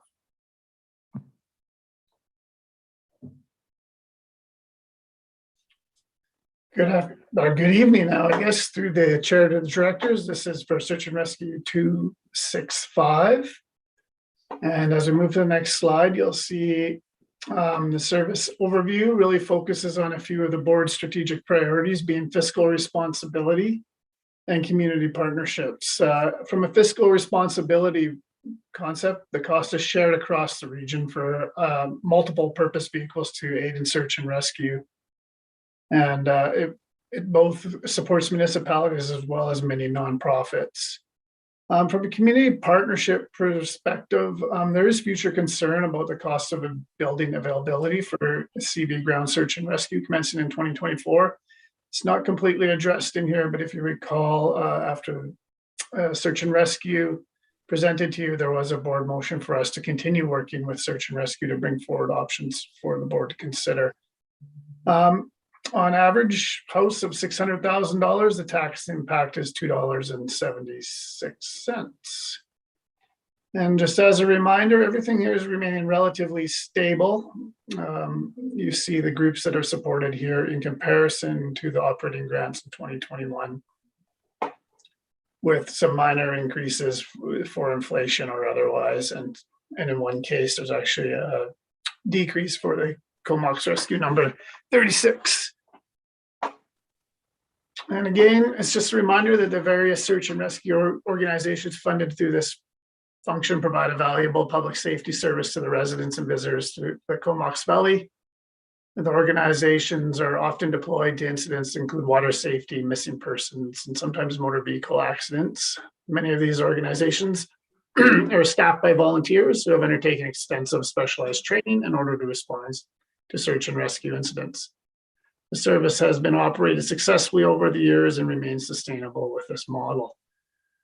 In closing, with the exception of the Cvrd, Comox Valley Search and Rescue, this service is largely remains status quo. And if you have any questions, I'm happy to answer them. Yep, we do have some hands up. Starting with Director Hillian. Thanks, Chair, and thanks for the report. There is a line in the report indicating that the Cvrd and the Search and Rescue Organization continue to discuss opportunities for a permanent location building for that organization. Are you at liberty to share with us the nature of those current discussions? I just suggested they're ongoing, and we're looking at their building as well as other options around the valley. At this stage, that's about as far as I'm willing to comment. Appreciate that. Thanks. Director Arbor. Thanks. I think on that budget in 2019, before COVID, I had made a comment about whether we could explore a small contribution to the Deep Bay Marine Rescue, recognizing that they serve a lot of Bay and Sound and Hornby Denman in their response. I think the CEO had provided some advice, but that there maybe we, to be honest, that was around COVID, so that probably just got washed. But is there anybody like Doug or anybody that would know anything about that, or whether I should not think about it? I apologize, Madam Chair. I'm drawing a blank as to, I remember you making that request, but I'm drawing a blank as to what transpired. Doug, if you have anything to report, please do. Otherwise, we can take this up again and look into it. Yeah, maybe we're taking up again. I think we may have discussed internally around the restart process, and we never really looked to expand the service here. Sorry, I'll have to look back and get back to you, Director Arbor. I can't recall if we actually did contact them or not. That would be appreciated, just in the sense that even a nominal amount to acknowledge all the work that they do in our area, you know, even if it's just a little tiny bit. Anyways, I would be supportive, and I hope the board would, because I know they're very active in our region coming out of Deep Bay. Thank you. Thank you. Okay, I don't see any further hands.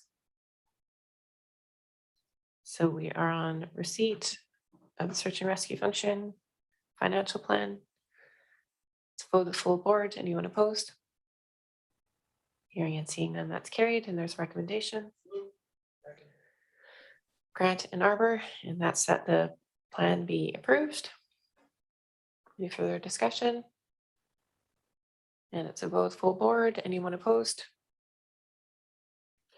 Hearing and seeing none, that's carried unanimously. And we're on to item 10, financial plan for the emergency program function 270. Oh, yeah, sorry, we have to invite Director McCollum back. And just in the meantime, Madam Chair, I'll just introduce Howie Siemens, who will present the report and answer any questions. But Howie, if you just hold off until we have Director McCollum on board. Thank you.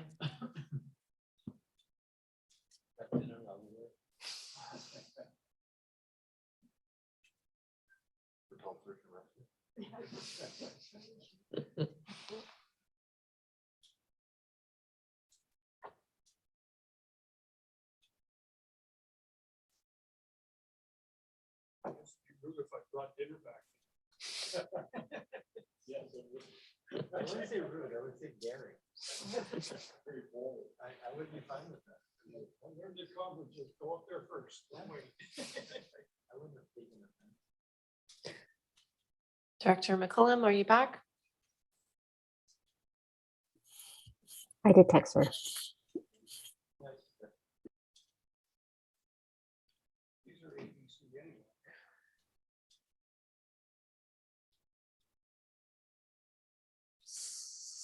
Okay, I think she's there. All right. So where were we now? We had just. over to Hallie. Okay, thank you. Thank you. Through the CEO to the Madam Chair and Directors, good evening, and thank you for the opportunity to present my emergency program budget function 270. Lisa, can you go to the next slide, please? So the emergency program is delivered through one establishment bylaw to establish an extended service for electoral areas A, B, and C, and to provide preparation for emergencies.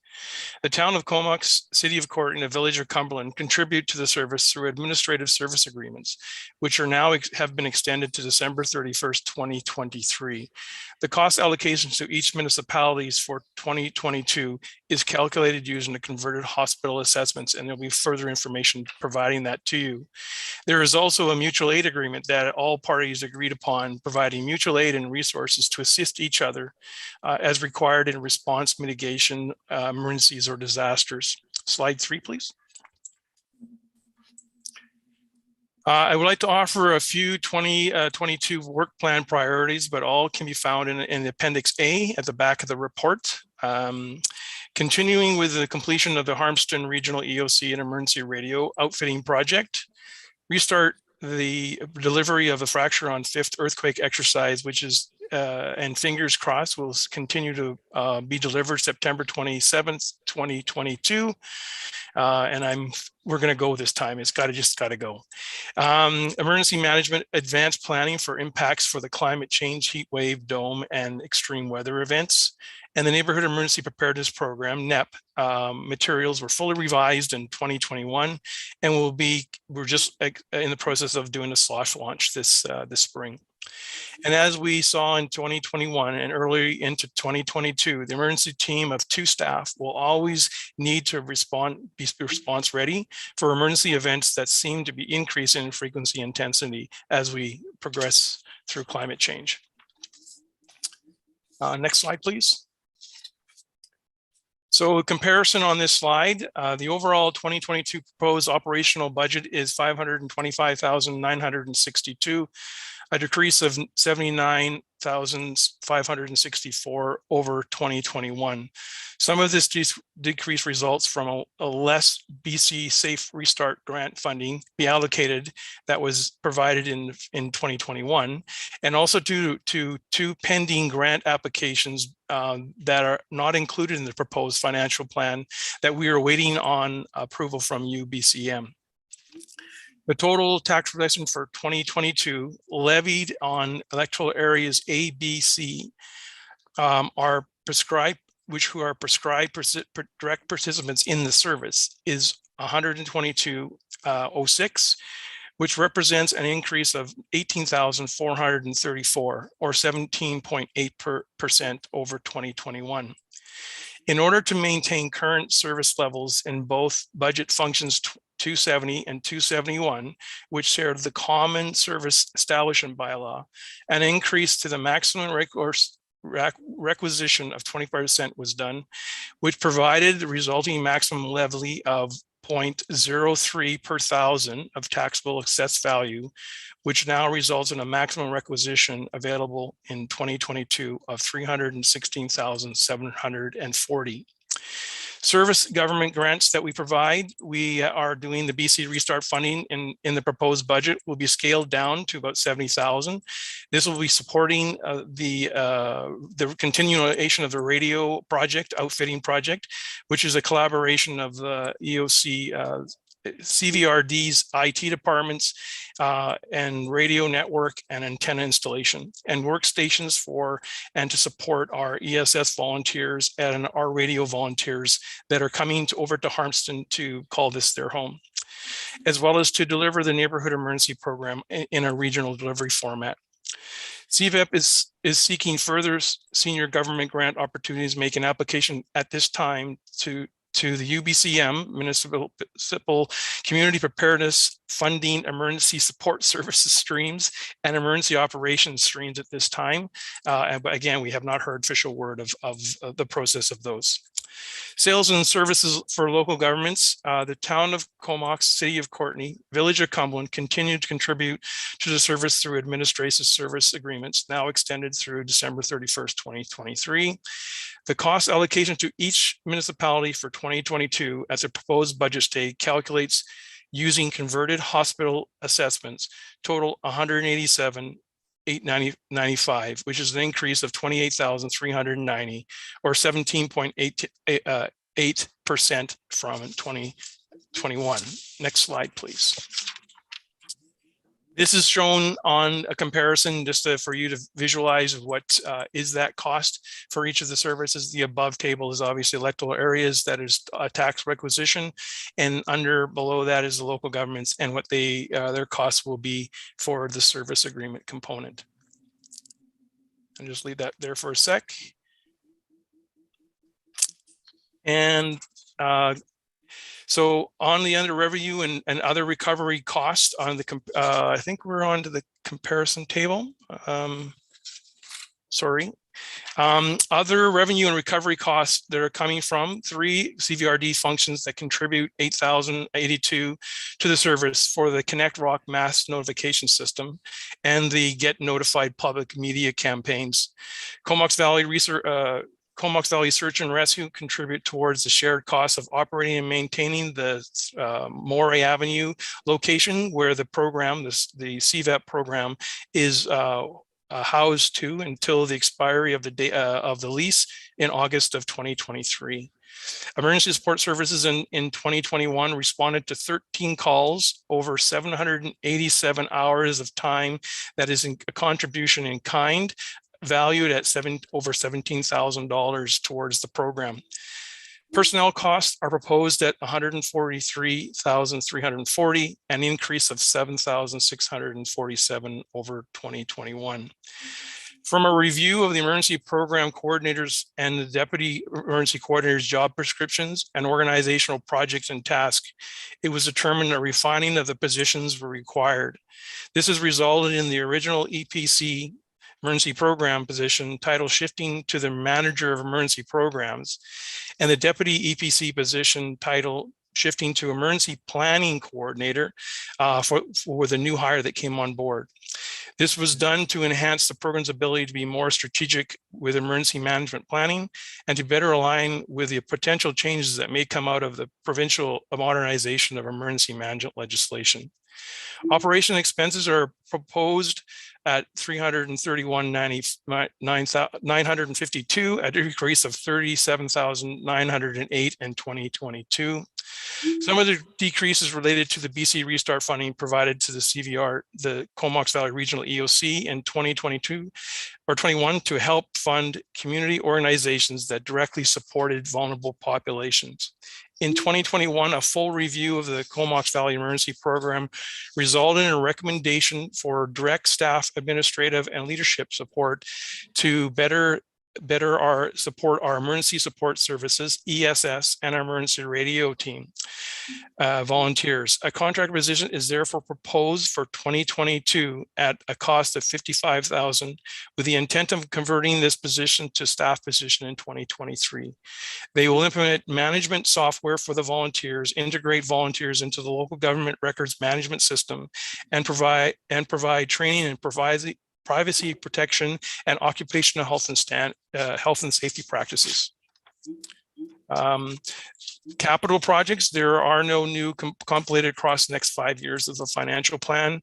Reserve contributions is in 2022 are $50,670, and the remaining 5 years of the financial plan include modest annual reserve contributions.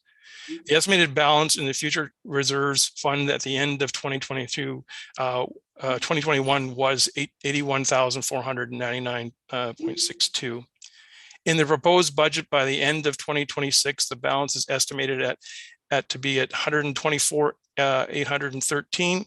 But this will need to be reviewed and recommended budget because some less restart funding will be coming forward from 2021. The next slide, please. This is where the contributions to provide you some guidance of what you actually will contribute. Next slide, please. So just touching on as a core service, we are always looking at our work plans and projects and tasks to align with the strategic drivers and goals, the regional growth strategies. I'll just highlight a few. As the emergency program is a board directed core service, emergency program focuses its work plan and projects directly with these two strategies in mind. Some of the ways in which we do this, we look at work towards program efficiencies through the regional service delivery bylaw and continue those discussions of a regional service, focus on potential changes to the emergency management as part of the provincial modernization to emergency management legislation, working collaboratively with the Comox Valley Ground Search and Rescue Team to determine joint, sustainable, long-term administrative and operations facility needs, continue working with the Comox First Nations on regional community wildfire protection and wildfire fire smart initiatives and preparedness advanced planning.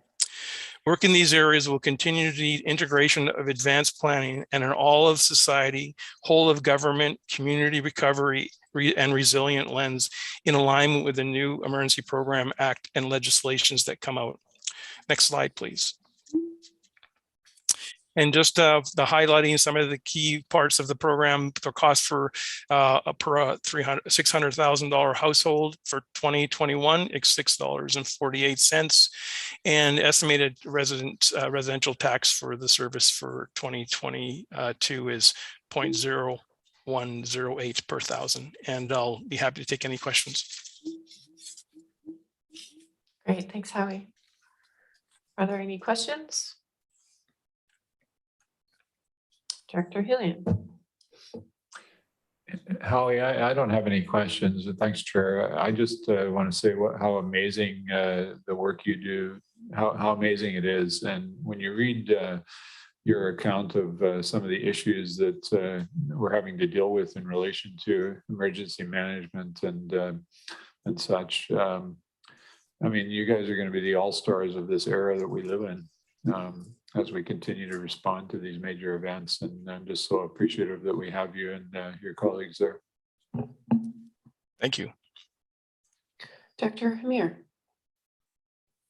Thanks, Chair. Director Hillian kind of stole my thunder. I was going to say something very similar. That if you recall, in our very first year of going through budgets, I saw your budget and just said, how are you able to do as much as you can on so little? So first of all, I'm just very thankful that you are beefing up the emergency program funding and having, albeit a contractor, like the third position, because you are just doing so much. I'm trying to think of all of the emergencies that happened this year that I know of, apart from the heat dome and having to have a cooling center, the fire at the travel lodge, and then the emergency warming center that had to happen. And for only a staff of 2, I think, it can probably create quite a stress on the 2 of you. So I really appreciate everything that you do. My question was around your asks for grants from UBCM, and I appreciate the grants that you do apply for, and I'm wondering if you are considering adding an ask, because there's only two of you staff people on this position. Whenever a project does come on, it does create, I think, quite a strain on staffing, that we ask for more administrative dollars with all of our grant opportunities, especially for emergency planning.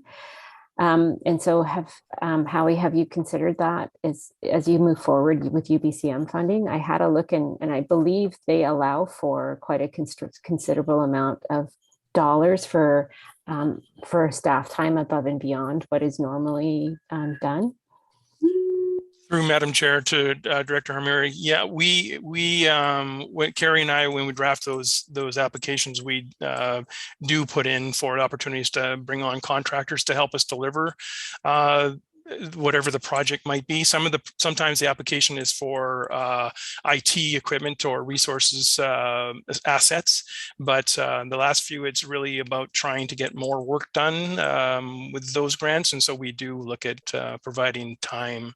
Our budget does identify staff or a contractor to deliver the outcomes. Okay. Great, great. And sorry, if I may ask a second question. And this is just something that, I don't think I picked up on the first couple of times that these budgets came around. I wonder why this budget in particular, we have just A, B, and C as the requisition, and then we sell services to the municipalities. I don't know if anyone can explain how or why this particular item is set up that way. Can I answer that? Yeah, sure. I'm glad you're so enthusiastic. It's something that is definitely awkward, but it is the history. It's historical as to how this has been done within the Valley. It's something that the CAOs and staff are committed to review and come back to you with the potential of establishing it as truly a regional service where not only then would the municipal partners here at the table vote on such matters or otherwise, but there would be just an easier administration of the service. So it was agreed that with the transition of staff in our organizations most recently, that we should just press pause, extend this contract and continue to operate under the current environment for the next year or two, and take this time to really study and thoroughly what the advantages are of a regional service and come back to you and our municipal partners to take a look at that way of doing business in the future. So it sounds like the electoral areas only have a year left to jack up this requisition without the municipalities really having any say. Is that what you're trying to say? Somewhat, but those municipalities, they have a lot of sway on what we charge for our contract fees. So it's not quite that easy. Yeah. But I think the ears of the electoral directors may be perked now. So. Okay, Director Grieve, go ahead. Well, that's the way we used to do it in the old days. Seriously, though, I heard you say that we're only putting 58,000 into reserve. Is that right? Yes, that's right. Yes, that's correct. And did you also say that we've already done the 25% tax bump that we're allowed to do without going to public assent? Madam Chair, Director, that's correct. Okay, so our back's against the wall right now, isn't it? And we're looking at probably a cycle of increasing incidents where you're going to be needed. And also inflationary spiral. I think we're running 5% there. So this is going to be very difficult to operate this service, is it not? I mean, I'm being rhetorical, I'm sorry. But, I think if anything needs a bump, it has to be this service because, my God, like Director Doug said, man, you guys are the superheroes. So just a question, is there any way we can somehow get, I guess we could take it to the municipal election, but, short of that, is there any way we can get a little more money for this service? Thanks. Russell, may I throw that to you? Yeah, we had this conversation with the municipalities. Unfortunately, it was late in their budget cycle. So they had sort of presented to their municipal councils what it would be for the time being. And we were just late getting in the door. So it was agreed that we need to kind of keep the ship running on the meager funds that we have available at this time for this year. Look at the potential for maybe a little bit of a bump when we can better inform the municipalities and give them more notice for consideration next year. And then hopefully have a regional service in the following year where we're all in this together. Kevin, you have your hand up? Yes, if I may, through the chair to Director Grieve, maybe I can shed a little bit more light on this as well. So yes, you are correct. Last year, when it was determined that both our functions 270 and 271 were actually sharing the exact same establishment bylaw and therefore a same maximum requisition, we did increase that maximum levy to accommodate, to ensure that we weren't bumping up against that max levy in the future. So as Howie alluded to, that max levy is now set at 0.03 per thousand, which for 2022 gives us about $316,740. Between function 270 and 271, we are currently requisitioning just slightly over 249,000. So that does give us about, if my math serves me correctly, about $66,000 in additional requisition room for the next few years until we allow this regional process to take its course. And then obviously at that time, if we're looking at any substantive change to the service establishment, i.e. potentially bringing on our municipal partners, we can certainly revisit it at that time, given we'll be bringing in another assessment base into the mix. Okay, great. Thanks for that additional information. Director Arbor? Yeah, thanks. I'll have to have a look at the bylaws, because when the town of Comox writes to us to basically establish a service around this, I would like it to be by population rather than be by assessment. The hospital assessment is really interesting because area A ends up paying the same as the town of Comox, or very close to. So population would be a huge saving to area A and an increase to Comox, which, I guess I lost the argument, sorry. Director Morin? I'm going to sway this away from the municipal responsibility. And, you know, I just echo what everyone has said. And I was one of those people as well who was lobbying for more help in this service. So I'm happy to see that. I guess, you know, when I hear about the extra pressures in terms of related to climate change, but then also related to kind of urban issues, and those things are intertwined when we come to extreme weather events and our unhoused population growing and providing those services, and then food security through the pandemic and all these other things that are on our plate. I mean, I'm happy that we're going through UBCM and trying to kind of, you know, get some provincial help, but I think it just really drives the point home that we have to continue regionally to lobby for help provincially. I mean, I know City of Courtenay has been looking at the complex care you know, services provincially, really pushing hard on that. And I guess I get it that we can keep increasing and on our own local resources, but I think that, you know, a broader strategy is really looking at how we can get more provincial support, because this is a provincial, this is a federal issue, all these things, and we're kind of bearing the brunt of it in this service as well as so many other services. So that might be something for us to look at a little bit more strategically, and how we can combine our voices to get more resources to help us with all the work that we have with all these different pressures and issues. So thank you. Thanks, Director Morin. Okay, I don't see any further hands. And so we are on receipt. And as discussed, it's a vote of the areas only. So, yes, all in favor? Anyone opposed? And that's carried. And there's a recommendation. Okay, and that's for approval of the financial plan. Anyone opposed? And that is carried. So yeah, I was just gonna reach out into Zoom world and see how we're doing as far as needing a break. We're just over 2 hours into this meeting, and there were a number of meetings before this one.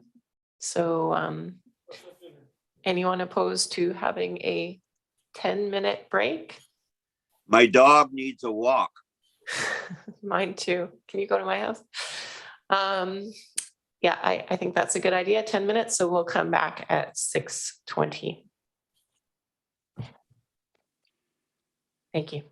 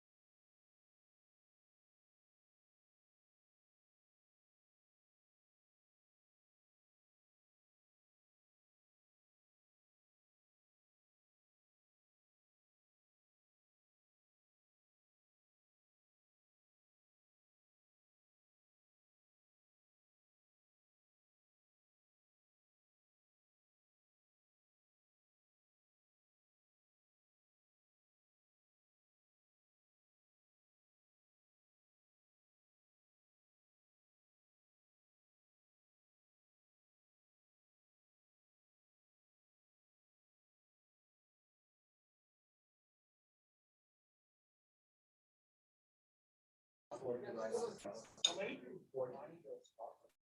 they must be getting on somewhere other than Comox, because I can tell you it's dead empty other than school time. Okay, so we're at 6:20.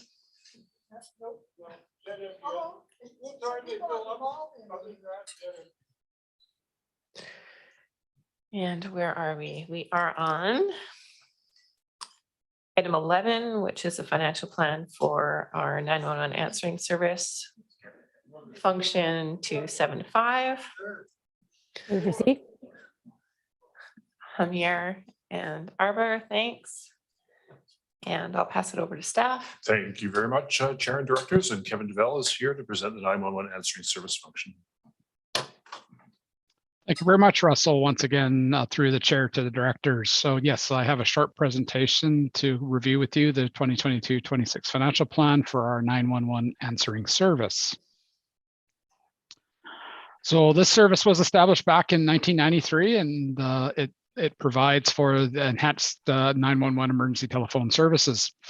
This particular service is funded almost exclusively through tax requisition. And for 2022, the proposed tax rate is 0.0293 per thousand, which for a home assessed at $600,000 would be a tax impact of just about $17.58. And of course, all the participating areas within the Comox Valley, our 3 municipalities and our 3 full electoral areas all participate in this service. And of course, this service is largely responsible for providing a contribution to the North Island 911 Corporation, which of course is a wholly owned private independent corporation. And that corporation is actually owned by its shareholder regional districts, of which there are 6. And I've outlined those there. So there's ourselves, along with the School District 69 portion of the Regional District of Nanaimo, Strathcona Regional District, Alberni-Clayoquot, Catet, and Mount Waddington. And as we've been reporting over the last few years, North Island 911 has also continued to look for opportunities to provide contracted fire dispatch services throughout the province. So back in 2017, the first contractual service of that nature was out to the Peace River Regional District. That is now in its 5th year, and actually that particular agreement is in the process of being negotiated for renewal. And then as of last year, 2021, we also did sign off on a 5-year agreement with the Cowichan Valley Regional District to provide similar services to that regional district. As you may recall from our conversations last year, the annual requisition for this service, well, sorry, I'll back up. For this particular service within the CVRD, the annual requisition is based on taxable assessed values. And that again supports the CVRD's contribution towards the apportionment of costs for North Island 911. And I've provided a link to the North Island 911 website there for both the directors and the general public to find out all sorts of more information about what 911 actually does. So quickly here, example of the 22 proposed budget in comparison to 2021. So as you can see, we are proposing a small requisition increase of about $15,000 to $812,000. We do have a little bit higher than previous year's surplus carry forward of about $24,000 that we've included in the financial plan. And the majority of the $831,000 in operating funds associated with this service, again, goes largely to support the North Island 911 Corporation by way of an operating grant. So with respect to how 911 operates and how it apportions costs, so starting in late 2017, North Island 911 began to undertake a fairly comprehensive review of their cost apportionment process in relation to how those costs were then divvied out to the shareholder regional districts. Commencing in 2021, a new interim cost apportionment method was approved by the 6 shareholder regional districts of North Island 911, and it now takes on a very similar model to that for the Vancouver Island Regional Library District. So currently, for the next 2 years, last year and the next 2 subsequent years, we will now be basing that cost apportionment based on 50% property assessment and 50% population based on the federal census. For the purposes of the proposed financial plan, that goes forth to North Island 911. Those federal census numbers are based on the 2016 census. Of course, we just received the 2020 census population figures, so we will be revisiting those and likely updating those as part of the recommended financial plan that goes to North Island 911. As I just mentioned, that is an interim cost apportionment method that's now in place, and that's in place through 2023. And then it will be reviewed at that time to look towards what the longer term strategy will be. One option that has been brought forward to the board, and then that will likely be considered in a combination with others, will be the potential addition of call volumes into that cost apportionment mix. It is a pretty pivotal year for North Island 911, given there are a number of very key contracts up for renewal. That starts with our ECOM 911 contract for our public safety answer point call answering services. So that's our primary answering services.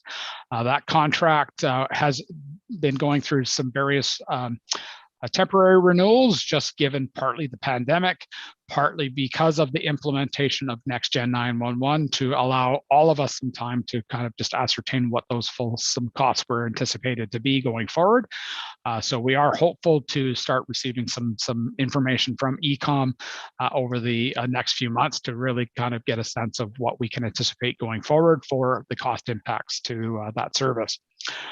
The other significant contract that is up for renewal at the end of this year is the contract with the City of Campbell River for fire dispatch services, which of course is currently provided by the Campbell River Fire Department and the Fire Dispatch Center. In order to help inform that process, a fire dispatch services review was completed in early 2022, and that report is going to be presented to the North Island 911 board for its information and deliberation in the spring of this year. And then, as I noted, lastly, the Peace River Regional District contractual service agreement is up for renewal in May of 22. Staff have already engaged staff at the Peace River Regional District, and we're in the process of finalizing a draft agreement that will be then brought forward to the North Island 911 board for its information and potential ratification. Within the financial plan, we continue to budget for the completion of the phase 1 next generation 911 upgrades that will be completed in 2022. And then we have also budgeted for some additional phase 2 works that are currently slated to take place in 2024. And lastly, just wanted to speak to kind of the board's strategic drivers. Obviously, with respect to Next Gen 911, it undertakes a similar thorough financial planning process that we undertake within the Cvrd. And that's obviously to look towards the long-term fiscal sustainability of the corporation. The shareholders have reaffirmed the value and high level of service that everyone has come to expect through North Island 911.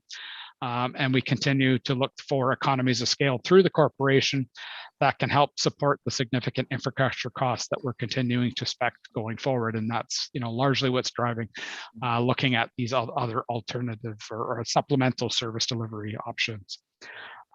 They also have been working hard to look at succession planning within North Island 911. Currently, the corporation has a sole employee, which is the manager of information technology, but we do have 2 Cvrd positions that are fully seconded to support that work as well. But we have one of those 2 positions was just brought on last year to help provide support to that manager of information technology and to kind of work with him and to kind of learn the ropes in the eventual event that that individual retires. And then lastly, the award of another fee-for-service contract to the Cowichan Valley Regional District for fire dispatch services is just another example of the community partnerships that we continue to cultivate with our regional district partners throughout the province, in addition to the 6 shareholder regional districts that we continue to have close ties with in relation to the service. And that's all I have for the financial plan presentation. Certainly open to any questions. Great, thanks, Kevin. Are there any questions about the 911 service? Director Arbor. So just some congrats, because this is honestly, I know this will seem really weird to people, but it's one of my favorite stories to tell about the regional district, and I tell it pretty often. 911, that we're actually, farming out our services to other regional district. People are even surprised that we're running the 911 service. Say, oh, I didn't know that the regional district did that, right? And I do want to commend Dr. Swift for her work the last few years, because I think the work you did on the apportionment with, I guess, our prior CFO, right? I know it didn't land in the perfect spot in the end, but it was an improvement. And I think that sense of fairness, like we always talk about it at this table, but to talk about it with a whole range of other regional districts, you've probably done a great job if we're still taking on new regional district in terms of creating a framework that everybody can see the benefit. I think that's a really great story for our RD. Cheers. Thanks for that. And Director Hillian. Thanks, Chair. Just a procedural point. My agenda indicates this is just the areas on receipt, whereas it's everybody on the recommendation. I assume that's a mistake. Yeah, Director Grant actually beat you to that. Oh, He okay. came and told us at the break. Yeah. Thanks. Thank you. Director Swift.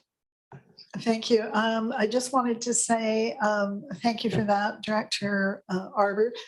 But also, I just wanted to assure the people that the call volume at 911 is way, way up now, due partly to things like the heat dome and the climate crisis and the wildfires, but also the opioid crisis. But we've been assured that the quality of service that we're delivering has remained constant. So that's very reassuring. Thank you, Director Swift. Okay, I don't see any further hands, so we're on receipt. And counter to what it says on the agenda, it is a vote of the full board. Anyone opposed? And that passes unanimously. Hillian and Arbor have moved the recommendation, which would adopt the financial plan for the service. Any further comment? And a vote of the full board. Anyone opposed? And that's carried unanimously. We're on to item 12, which is financial plan for recreation grant service function 600. Arbor and Hillian, thank you. And I'll pass it to staff. Thank you very much, Chair and Directors. And Doug DeMarzo is here to present this budget and to answer any of your questions. Good evening, and through the chair to directors, just noting again that this is the financial plan for the Rec Grant 600. The purpose of this grant was to largely support outdoor amenities, and with the creation focused mainly on the memorial pool at the time, and has since expanded to include more amenities and nonprofit groups to help provide great resources on the recreation side delivered by others to our community.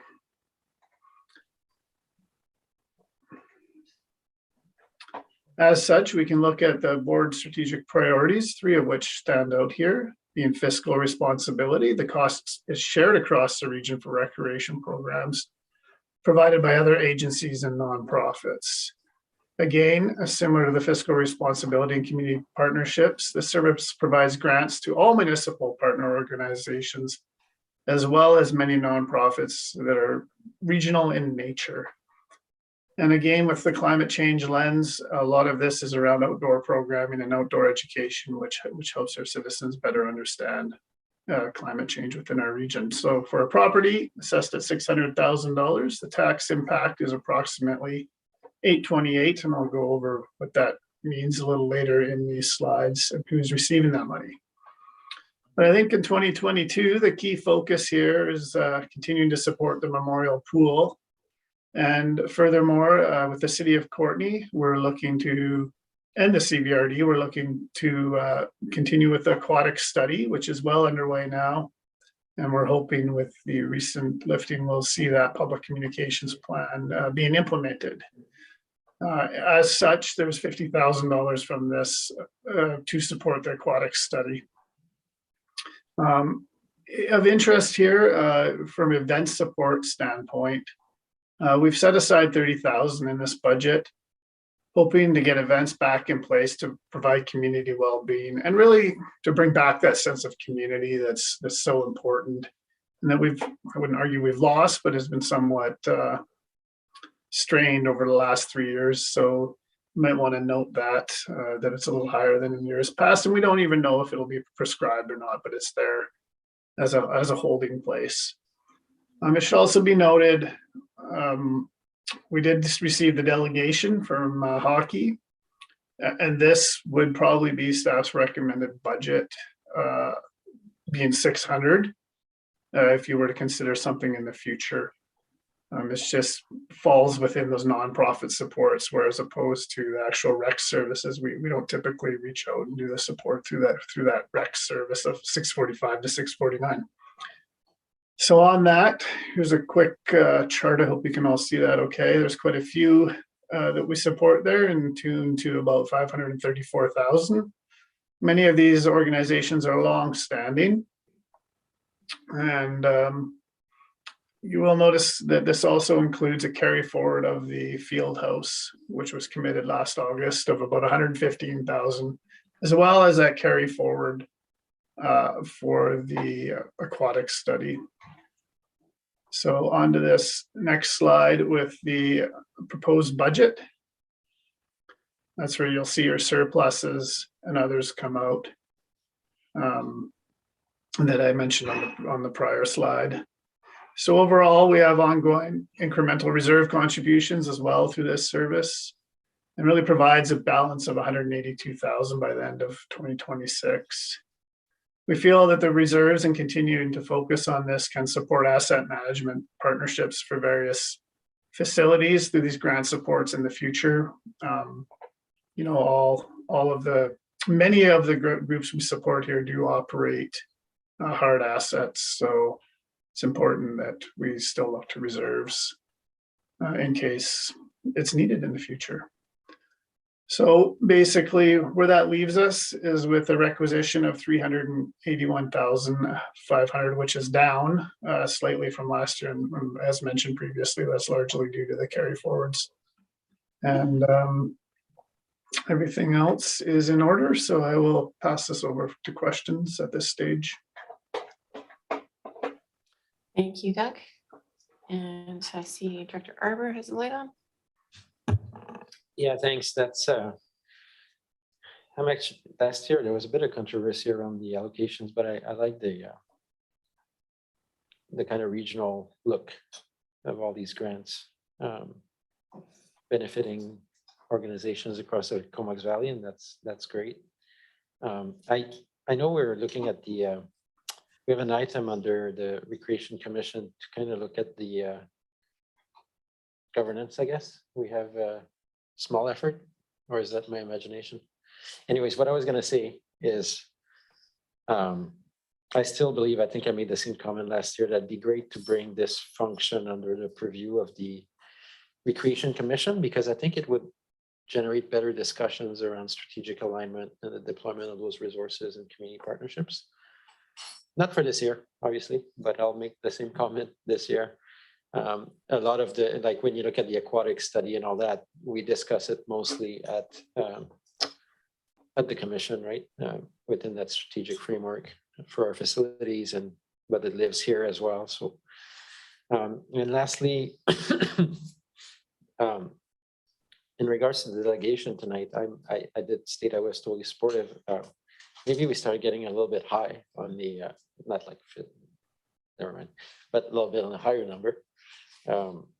I think that it'd be great to see if we can make a little bit of room inside this. Otherwise, maybe, and maybe it can come from different places through the rural grant program of the ESC, this one. But to be honest, I think it'd be good for us to step up. I realize some of the comments were very good, that if I think I'm a soccer guy, that you know, the soccer club, people pay for their uniforms and all that stuff. But because it had that lens with the partnership with Comox First Nation and trying to change over, I think it's actually a worthwhile thing to support. But maybe Dr. Grant, I know may propose next a higher amount, but I think something in the order of 30,000 or something like that. If we could identify it from here and there, I'm very supportive. So I don't know, I guess CEO would probably advise not to deal with it today, but just as feedback for staff. I'm sure just some advice on how to maybe deal with it. It would be a resolution for staff to bring back a budget which reflects a contribution of blah, right? And you want that today? It would be good today, right? You're not making a decision that you're committing to it, but you're asking us to bring back how the numbers look and how it would shake out so you can make a decision at a later date. Director McCollum. Thanks. Yeah, this is great to see this budget coming forward. There's just so many great community initiatives outlined here, and the connection between recreation and the outdoors and the broad regional list. It's always a list I like to see. One question I did have about, actually I had a couple.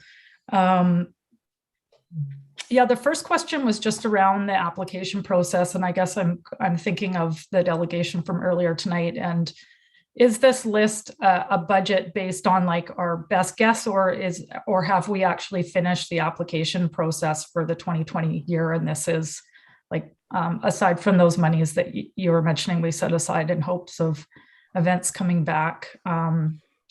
Yeah, is this an approximate, or is it an exhaustive list? Yeah, so the application process, we did a grant review process a couple of years ago. The recreation grant, because of its original intentions, was never really promoted to be an annual application process. It's really about supporting the operations of some of the existing known entities that provide those services.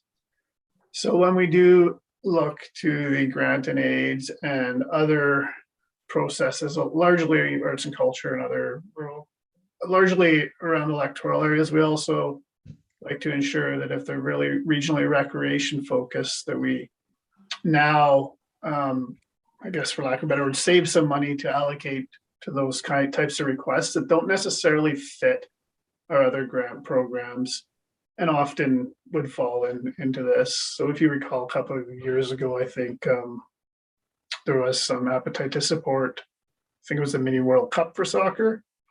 And that ended up falling into this because it was a regional event and made sense there.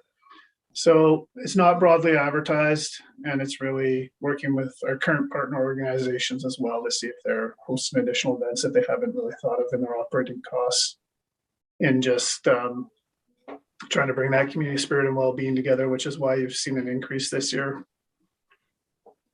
That's great to understand a little better. One of the items that jumped out for me was the 25,000 that we've allocated toward the Island Mountain Center. And the reason I'm asking about it is I'm curious if they've been engaged on this budget, because it's my understanding that that facility has been used for staff housing and it's not operating as it was previously. I'm not sure if I have that all correct, but that was the last I heard, is that it was Mount Washington staff housing. So I'm wondering if it still fits within the mandate of what we're trying to achieve with the grant. Yeah, that's a challenging scenario up on Mount Washington, and maybe Kevin can add a little bit more to this, but currently a lot of it's just to cover their base insurance costs, and whether they transition with the new COVID regulations for September or not will be something we'll have to see back to their old operating model. So I think we'll keep an eye on that as it progresses through the year. And again, this is just a budget process. And Kevin and I will have to check in with that society and see what future plans are. And maybe there's a different ask from them, or different suggested ask from that society. Thanks for notifying me of that. Thanks for that. Director Grant. Thank you. So years ago, there was a skateboard park built up at Isfeld School. And that was a partnership between Courtney, Comox, and the regional district, with the understanding that the next park would go in Comox. We now want to build a skateboard park for the kids in Comox. So is this where we get the money from, or where do we go?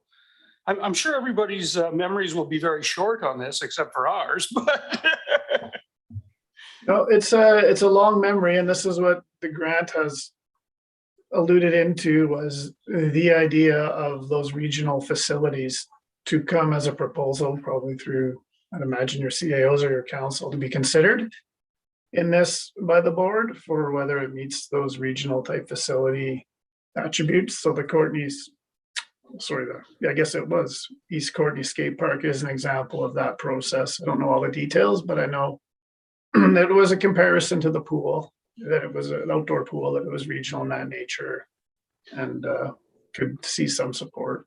I think, Doug, I'm the only one still kicking around there, staff included, that remembers the deal. So just like if there is an option, then our CA wouldn't even know about this. So he will soon. Director Hamir. Thanks, Chair. Just a question on the proposed budget for active Comox Valley. I'm hoping that that has been absorbed by another function. I mean, it seems to be going really well right now with all the walks that have been planned in the community. So could you elaborate on that one? Sorry, yeah, back to the if you want to go back the slide, Lisa. So some of that allocation to the event funding was because we canceled the active Comox Valley. Sorry, I overlooked that in my presentation, but thank you for bringing that forward, Director Hamir. So yes, that's been absorbed by the 645 rec services budget because it's largely delivered through that staff in coordination with that recreation leadership group. So I think you'll see that budget through the rec commission as it really reaches out to different partnerships each year and isn't so consistent as this one. So yeah, yes. yeah, no, it's great, and it's been doing really well. I've got some great feedback from the community on it. So thanks, Director Arbor. Just to follow up to Director Grant, it sounds like this was more of a politician's handshake than a paper deal. If it was papered, we can probably retrieve the papers and see the trading, because otherwise, based on politician handshakes, I kind of owe Director Grieve $1 million from prior politician commitments. So I'm a little wary of those. Handshake. I'll bring you the witnesses if you want to see them. With witnesses, that's good. To be honest, I agree with Doug DeMarzo that absolutely, right? If you have an initiative like that, bring it forward. My comment was actually, I put my light before this one, but you know, in regards to the Vancouver Island Mountain Center, very worthwhile. And in fact, it was also Paul Ives who came and presented in 2019, 2018, we were in the old building. And that's when I think they got on board. They were not on board prior, then they requested to come in and there was nothing happening on Mount Washington. So our board voted. At the time, I think my vote was for like a 1-year thing, but now it's become irregular. But if we're hearing that they're doing something else this year, and it just so happens that the amount is quite close to a one-time opportunity with the hockey team, we could take a pause and, you know, without moving our budget too much. So just a suggestion, obviously, to leave with staff in terms of how we deal with all that. But that was indeed, I want to thank Director McCollum for bringing that forward. That, you know, my impression when I read that on the piece of paper is that we were supporting students going up there. And sure enough, you know, it's probably not the case because of COVID. So, but I'm supportive of the skateboard park as well although I think you're missing this budget so far. So. Thanks, Director Morin, you're next. Yeah, just sort of along the same theme. So all these amounts here are not necessarily the asks, they're just rolled over. I guess I'm sort of on the same theme here because I guess I look at how some of these programs have maybe changed with COVID and how do we have folks kind of report back on, you know, what those changes are and what their needs are. As I'm looking at the Cumberland Lake Wilderness Society as an example, who's doing tons of stuff around climate change and education programs. And I mean, maybe they haven't asked for any extra money, but you know, I think that there's probably variations in many of these on the list. And I guess I'm wondering how we capture that and how we also kind of monitor those things. So you have a mechanism for that. Yeah, they're not really a rollover. They are checked in and the budgets are updated based on conversations. And I think we do. Kevin maybe can jump in on the updates of 2022, but I think they were almost all updated on their asks. There's maybe one or two we still hadn't heard from in December when we probably put this together, but I'll turn it over to Kevin. Yeah, certainly. So through the chair to Director Morin. So yes, I mean, as part of our annual financial planning process, we do reach out to all of our operational grant recipients, including Rent Grant, and we do ask for annual 5-year budget submissions from them. And inclusive of that, we do ask for some kind of ongoing financial reporting. Certainly copies of AGM minutes if those are available, just to get a sense of what their activities are. And certainly over the course of the pandemic, we've also been inquiring with them as to any impacts that they would wish to share with respect to COVID and how that may have impacted their operations. So while some of these contributions have certainly been somewhat static over the years, I'll point to Denman and Hornby specifically. Given that those are supplemental contributions, so we do have our 605 and 606 services that do fund recreation activities on both Hornby and Denman Islands respectively. These are supplemental additions to those. And then some of the others, yes, at times it is somewhat challenging to get some reporting out just because they're very small organizations with not a lot of capacity. But for the lion's share of them, as Doug DeMarzo alluded to, we do get regular reporting annually from them to help support what we will be building into our 5-year plans. So, sorry. So does that mean that on a staff level, if there's something that's really quite different, that you would kind of determine that on a staff level, or would that be something that would come back with a recommended adjustment? So if, say, they've asked for, 25,000 and COVID has actually really limited their activities and really is not, they're not necessarily needing that money as in the past, would you just decide that on a staff level to adjust that amount, or would you bring that back to the board, or how would that process work? Yeah, I think on a staff level, we review it with them, understand the true need. And if they were asking for more or suggesting less, we're not really gonna say no to less. But if they are asking substantially more, then yeah, we do ask for justification, further analysis to support that request. And in those cases, such as the Cumberland Wilderness Society, I think our original grant was only $1,000 to them for a one-time capital. And now we're kind of in a $2,500 ongoing support role based on conversations with them. And this board has continued to support that society for their asks. So it's a bit of both, but largely starts with a staff conversation with their board or financial representative, whoever puts forward the requested change.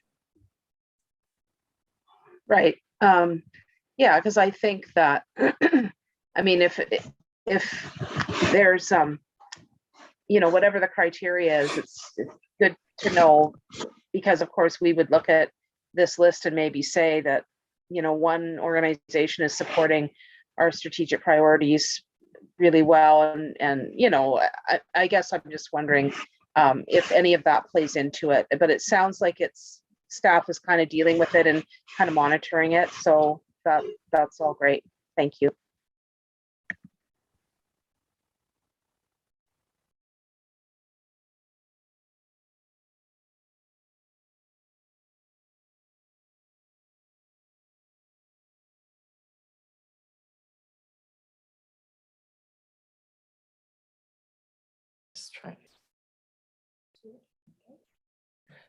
Sorry, we had a little bit of technical trouble there. Kevin, were you trying to add to that last conversation? No, I wasn't. Okay. Director Cole-Hamilton, go ahead. Yeah, thanks, Chair. I just wanted to circle back briefly to the Mountain Center, and I guess I can certainly see that a lot of institutions, especially ones which have had to shutter their doors, like over COVID, would need some maintenance funding in order to keep going. But I'm just wondering if in conversations with the Mountain Center, the fact that they obviously are receiving a fairly regular stream of funding, one would assume, from Washington, and they're not needing to put on programming, just how that changes the picture and whether the exact same amount as last year is necessarily the exact amount that's needed this year, given those sort of changing costs and revenues for them. And I was just wondering if there'd been any particular attention focused on that amount. So I don't want to dive too deep into the Mountain Sports Center's operations because I don't know them extremely well. But I think we have to shift our focus away from just that building. So the building is a revenue source for them to help support athletes and activities, not necessarily their accommodation, or not necessarily those athletes even using the building. So it could be some 9-year-old kid in some skier sport, outdoor winter sport program, needs some sponsorship dollars. Maybe he's never been to the sports center. Maybe he never will be there. And then he's in the Olympics, 15 or 10 years later. So I think they're a broader mandate than just operate in the sports center. Unfortunately, the sports center, does have some fixed costs, does have some bills that they need to keep paying so they can continue to support that winter community. And I think that's just some background. I don't want it to be building focused through this rec grant program because it's not just building focused. So I think that's some clarification that maybe I should have mentioned earlier. Okay, well, thanks, Doug. If staff are looking at the fuller picture of all the different services they provide and how they fit with our strategic goals, and are talking to them about the changes in their finances over the course of the last year, that sounds like that's being addressed then. Okay, thank you. I don't see any further hands. We're on receipt. It's a vote of the full board. Anyone opposed? That's carried unanimously. Yeah. The recommendation is moved by Hillian, seconded by Arbor, and that's to approve the financial plan for the rec grant service. Oh, Director Hamir, go ahead. I'm a little bit uncomfortable approving the grant now. The service now in light of some of the conversation around the Mountain Sports Center and the ask for the sports jerseys. And I wonder if the board may entertain us referring this to staff to come back, before the end of the budget cycles and approve it based on some conversations with both of those, specifically with both of those asks. Yeah, it just doesn't seem,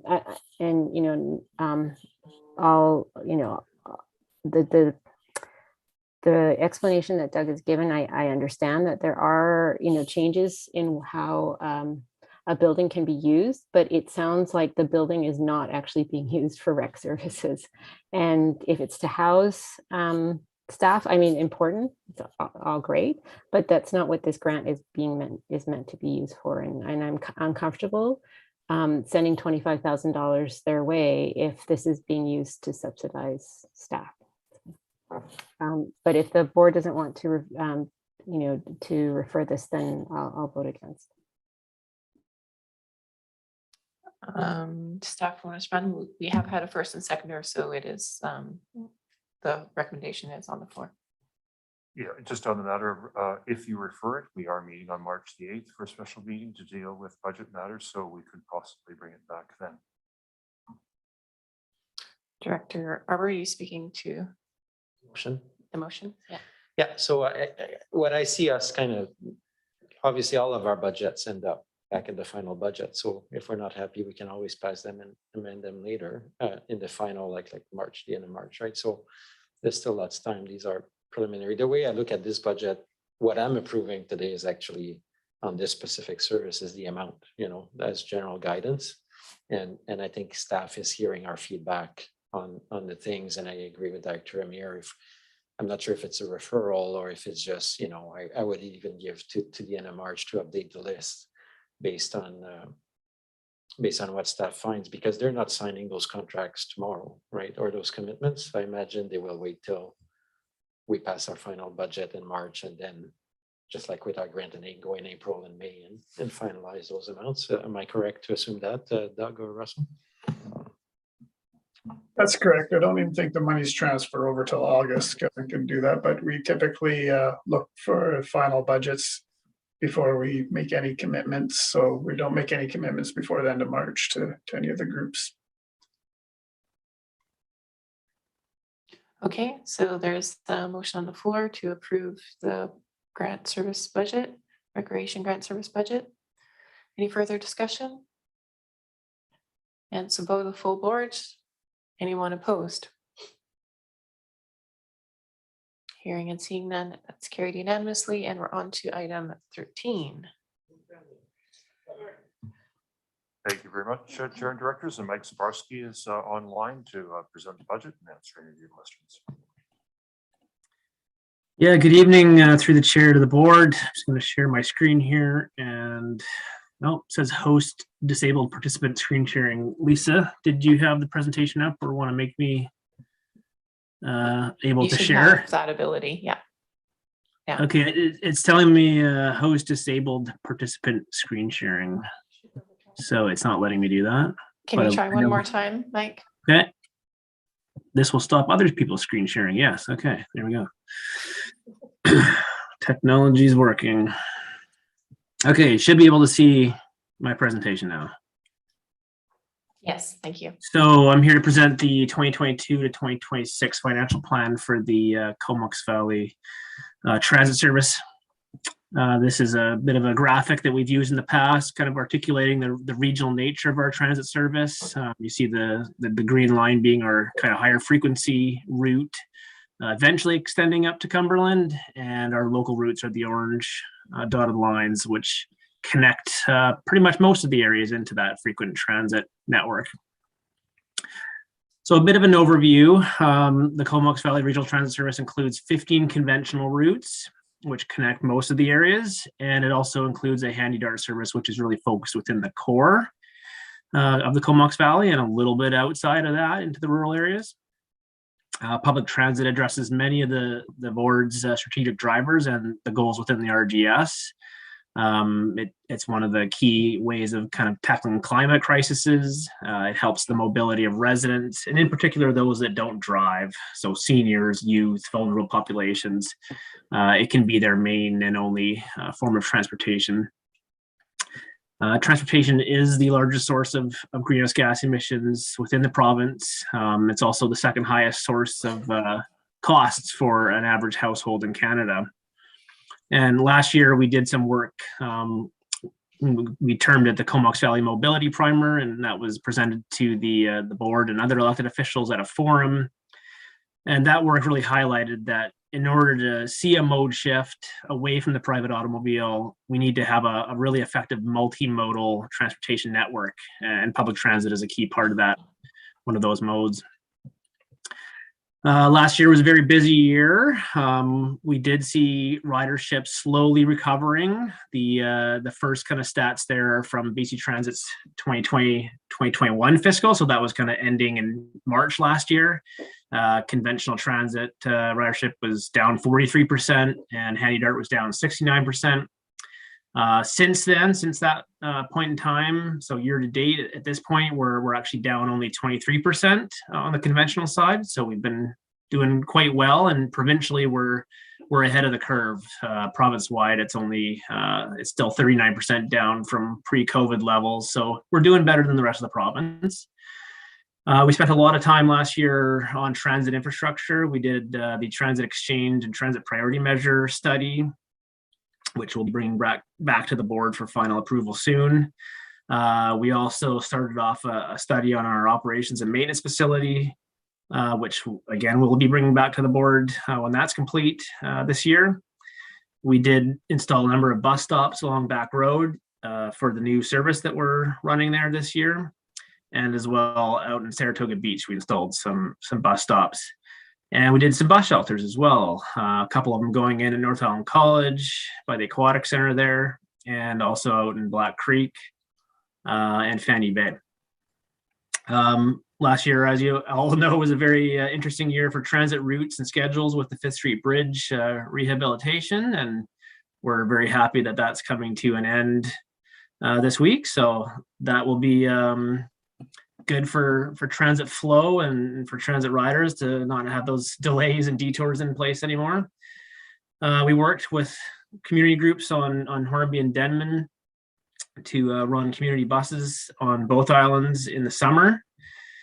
And we did a lot of work on the service expansion that's coming out this March. So all the detailed scheduling and service planning. And of course, I mentioned the mobility primer. So again, the key finding there is that we need multiple modes of transportation in order to provide an alternative or a number of alternatives to the private automobile. There is no one silver bullet or golden bullet. So we need to do really well at a bunch of different modes.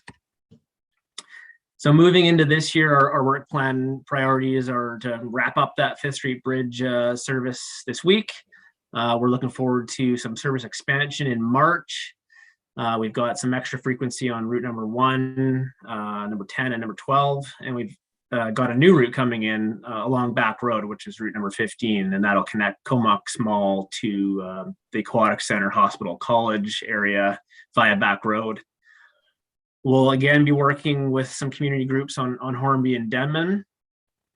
And I know there was a question earlier from Director Arbor about BC Transit's involvement with that. And through the Transit Future Action Plan, they're going to look at the Hornby Denman piece and try to understand what a BC Transit level of service could look like, and also try to understand whether there's desire on those islands to have a BC Transit system versus the more grassroots community-led systems that are currently operated there now.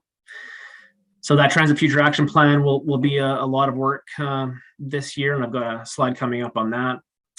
The Transit Improvement Program we do every year, and that's where the board gets an opportunity to approve expansions moving forward. So we may want to consider approving some expansions into the future after we've received the Transit Future Action Plan, or to put some hours aside for when that is done, and we may want to act on some of those service priorities that are identified. So that'll be coming up in later in spring. We'll finish up the transit operations and maintenance facility study also in spring, and bring the recommendations to the board on what to do with that facility. And we'll be advancing the transit infrastructure projects that we identified in the study last year. So the exchanges and transit priority measures. And really this year will be all about pursuing funding. So working with BC Transit to get some grant funding for that work. And the last part there is just some new tech coming to the buses. So we've got a new fare payment system coming supposedly in December, if you believe BC Transit. And so that'll allow people to pay for the bus with a tap, kind of contactless card or their credit card. As you can kind of imagine, with that technology becoming pretty normed, it's just a matter of time before it came onto the bus. So digital payment is coming. Just a bit of an update on the Transit Future Action Plan here. So we've been doing a little bit of work in the background, getting the kind of engagement process ironed out, looking at what kind of service priorities we want to get feedback on, some of the outstanding priorities that we had in the old plan, as well as some of the new ones that have come up. And we'll be bringing that information to the board in March to give you guys a bit of a heads up, and then going out to public consultation and stakeholder engagement over April and May, before we finalize the priorities and bring it back to the board in June. So with that, the table here showing the comparison for the 2021 and 2022 budgets, and I'll just kind of go through some of the variances there. The first one, just to highlight, there's the senior government grants. Last year, we had quite a bit of grant funding from the province to put some bus stops in. So that we're not doing this year. We kind of finished all that work last year, not planning any more bus stops this year. Requisitions going up about 300 grand, and that's to do with the expansions that we're rolling out this year. Some additional service on Hornby and Denman Island. We've bumped that up a little bit. And just the general transit industry inflation that we see every year.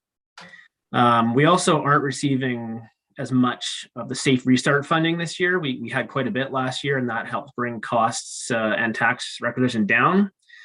And that's expiring in March this year. Bus fare revenue is up a little bit, 116,000, and that's just kind of to do with that ridership recovering. So we're expecting to get a little bit more bus fare from the increased ridership. Other revenue, the $126,000. We also got a lot of more provincial funding last year to do some studies on the transit infrastructure, as well as some more bus stops. So that isn't happening this year. We finished all those projects. The increase in the transfer from reserve is to do with just trying to limit our requisition increases this year. We didn't need it last year because we had a fairly substantial prior year surplus that came in from 2020, and that was all to do with receiving some restart funding in 2020 and deferring a bunch of costs and service expansions in 2020. So that prior year surplus was available last year to keep requisition levels down and top up our reserves. We don't know what the final prior year surplus is yet for 2021, but that number could increase.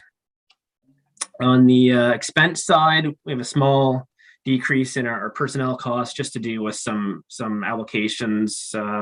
No real changes in personnel there.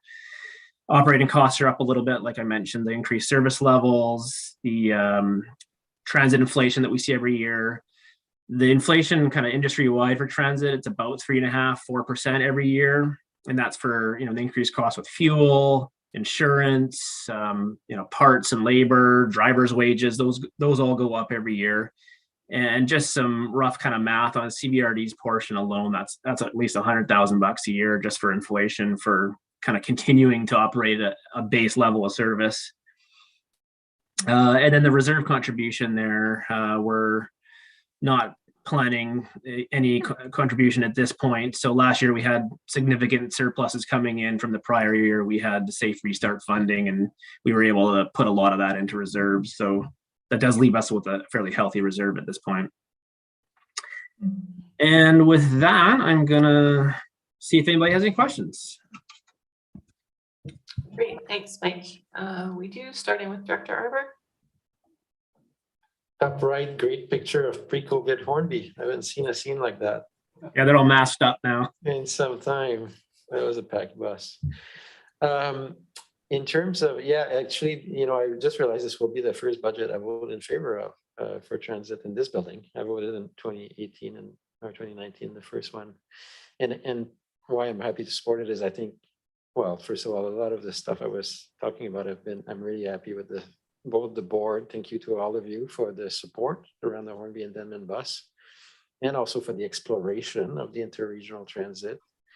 And also this year, what really stood out, and I'll ask a status on that, Mike, because you didn't fully cover it, but I really like the engagement with the municipalities around the infrastructure piece and that 80% opportunity. That's what I'll kind of ask about, what went in the end, or whether you're going to come back to present on that at a later meeting, or if we have submitted at all. I just don't know.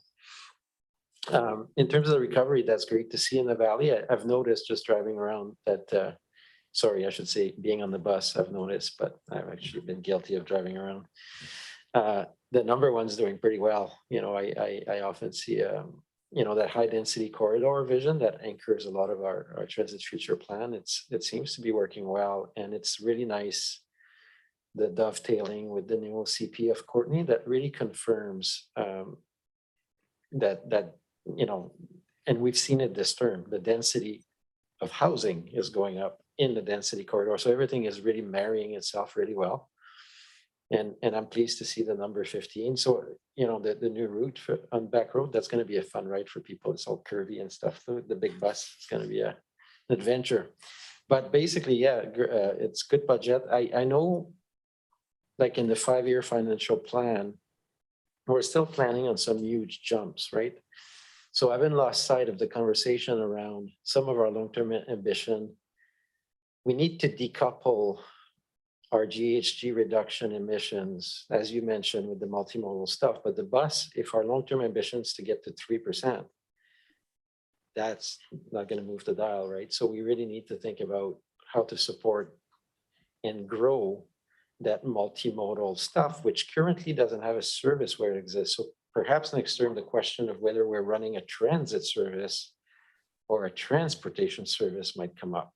Because right now we don't really have a space where we're supporting. Even our active transportation stuff is kind of living a bit in planning and a little bit in conversation with MOTI and a little bit over here, right? So if we're going to tackle transportation at GHG, I think we're going to need a better vehicle for us to organize ourselves. And I don't believe that just increasing the bus requisitions, we're dreaming if we think that that's going to move the dial on GHG. Thanks. Thanks. Director Hamira, you're next. Thanks, Chair, and thanks, Mike, for the presentation. And I'm going to agree with the statement that Director Arbor just said. Would love to see this function evolve into more than just transit. But my question is actually transit related. And Mike, you mentioned an expansion of the number 12 bus and number 15, you know, both going through Area B. So I was wondering if you could expand specifically on 12. Are we looking at adding more times, or what does that look like?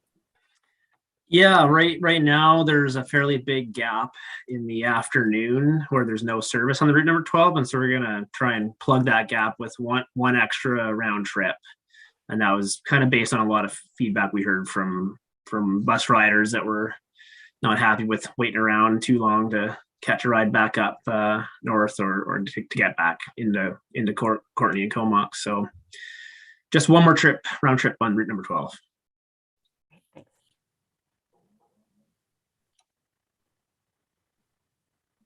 Okay, thank you. Director Morin. I was wondering about when we get to the public engagement piece, kind of what that's going to look like. And I'm wondering because I know transportation's coming up a lot. I mean, I know we're talking about the broader transportation conversation, but during some of the OCP conversations, we're hearing a lot around this issue and a lot around youth and youth activities and people going back and forth across the bridge and across the valley, you know, these, you know, a parent and a kid or grandma and a kid and back and forth and back and forth. And I guess I'm just wondering, it's kind of similar to the conversation around looking at the farmers market and if there's anything that we can do with maybe some of the activities or kind of high attendance things, whether we can look outside the box a bit and look at maybe what other smaller communities have done to deal with some of those issues. I mean, obviously we can encourage people to carpool and all those things, but I'm just wondering if within that public engagement, if there's an opportunity to kind of look at those kinds of ideas and how we might be able to maybe do an action plan around that. Yeah, I mean, through the Transit Future Action Plan, we'll definitely be able to kind of tease out some feedback around where these youth activities may be taking place and their willingness or interest in using transit to get to those. And hopefully we can, you know, respond with a transit improvement that would facilitate more youth and their families traveling on the bus to those activities.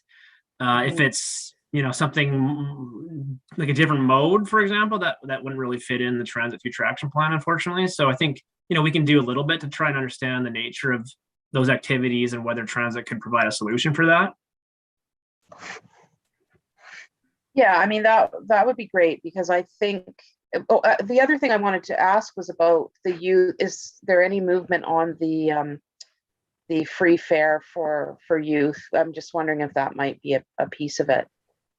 Yeah, so that's actually in place now. So anybody 12 and under can ride free. That started in September last year. And so we don't really have any stats on it yet, but that's already around.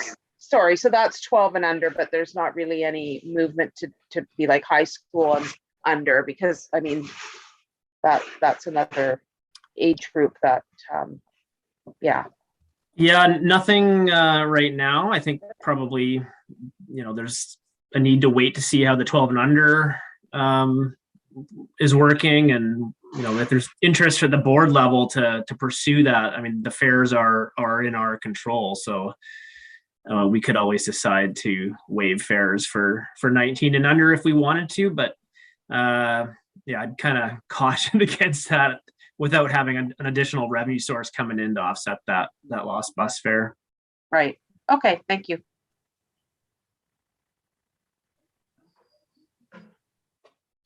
Director Arbor. Thanks to Director Morin for bringing that up, because the 12 and under are going to be accompanied by a parent, probably, right? I don't know a lot of 12 and unders that would take the bus by themselves. So you're looking at a certain type of trip, whereas the 12 to 19 is really in that zone where you're gaining your independence, and you might go to a friend's house, or you might go to a facility, etc. And I think you probably develop the habit of transit too. But I'm thinking, to make it neutral, I'm sure other places have done it, but we haven't really moved our fare for adults much, right? We're still at $2. It's been at $2 for some time. So if there was a way to do some analysis in the future around bringing free fare for under 19 and bumping the $2 to something else for adults that could do the trick, I would be supportive of that. I thank Dr. Morin for bringing that forward.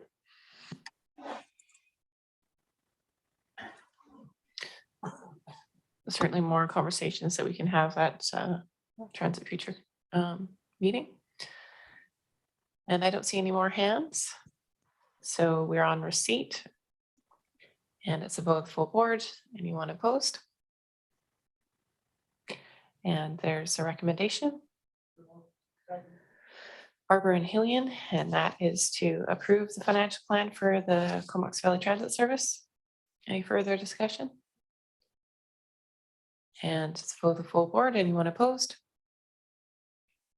And that's carried unanimously. And that takes us to bylaws and resolutions for first, second, and third reading and adoption.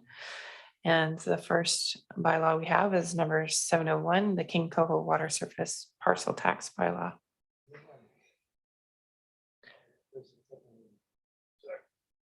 So Arbor has moved first and second reading. Grant has seconded. Any further discussion? Both full board. Anyone opposed? Hearing and seeing none, that's carried. And move third. So we'll give that to Grieve and Hillian to move third. And anyone opposed? That's carried. Grant and Arbor move for adoption. Anyone opposed? Hearing and seeing none, that's carried. Thank you. And we're on to bylaws for adoption. Item 2 is bylaw number 675. Move adoption. Comox Valley Exhibition Ground fees and charges. We'll give that one to Director Cole Hamilton.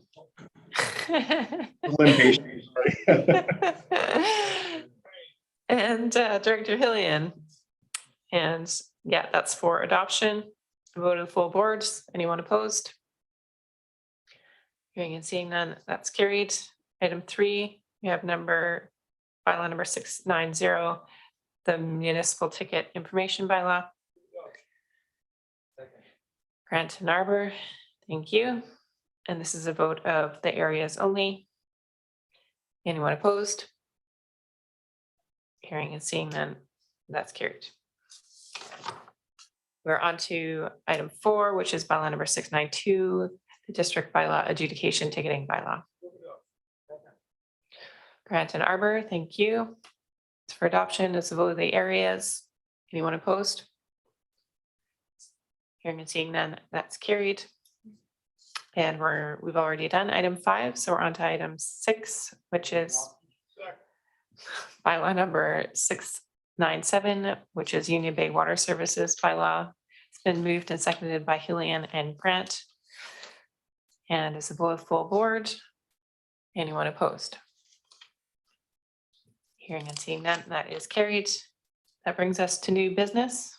We have one item. It's the status and options of Island Corridor Foundation financial pledge. Grant and Swift, thank you. And I believe it was put forward by Director Arbor, so I will pass it over to him. Thank you. I'll just summarize my my letter and consideration by the board. So as you know, I've been the rep for the Comox Valley at the Island Corridor Foundation for the last 3 years. And we have known there was a commitment in 2012 of the 5 regional districts to help restore the rail at the time. And each of the regional districts that are members of the foundation pledged some money without passing it on. So it had a number of conditions. At the time, it was thought that the project costs, after the province put 7.5, they were seeking 20.4 million total to restore the rail. The federal commitment didn't realize, both due to First Nation interests that were expressed in regards to the corridor, and also there was some doubts about the true cost of the restoration. So that effort did not proceed. Move forward a few years, and 2 of the regional district, the Nanaimo Regional District, rescinded their commitment, as did the Albany Claycut Regional District. And at this time, since 2012, we have had 392,000 sitting in an account.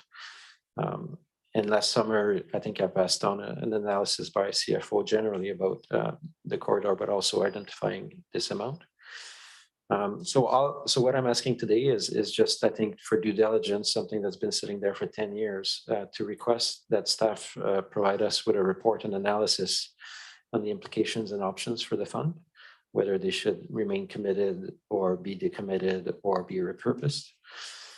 At the same time, because we're still in the crunch with the Island Corridor Foundation and trying to attract federal and provincial funding, I recommend that we write to the federal and provincial government to encourage them to have a greater sense of urgency. I think I reported last time to the board that the Supreme Court of Appeal last September gave the federal government essentially 18 months before reversionary rights could apply for First Nations, which could affect the integrity of the corridor. So I just feel sending, and I think the ICF as well, feel that sending letters at this time to encourage the province and the federal government to be a more active, proactive partner in solving the future of the foundation is important.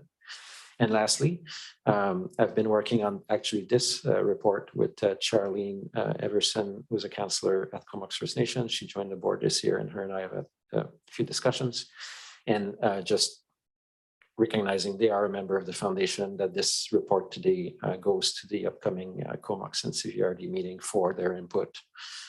So that's my report, and that can answer questions if there's need.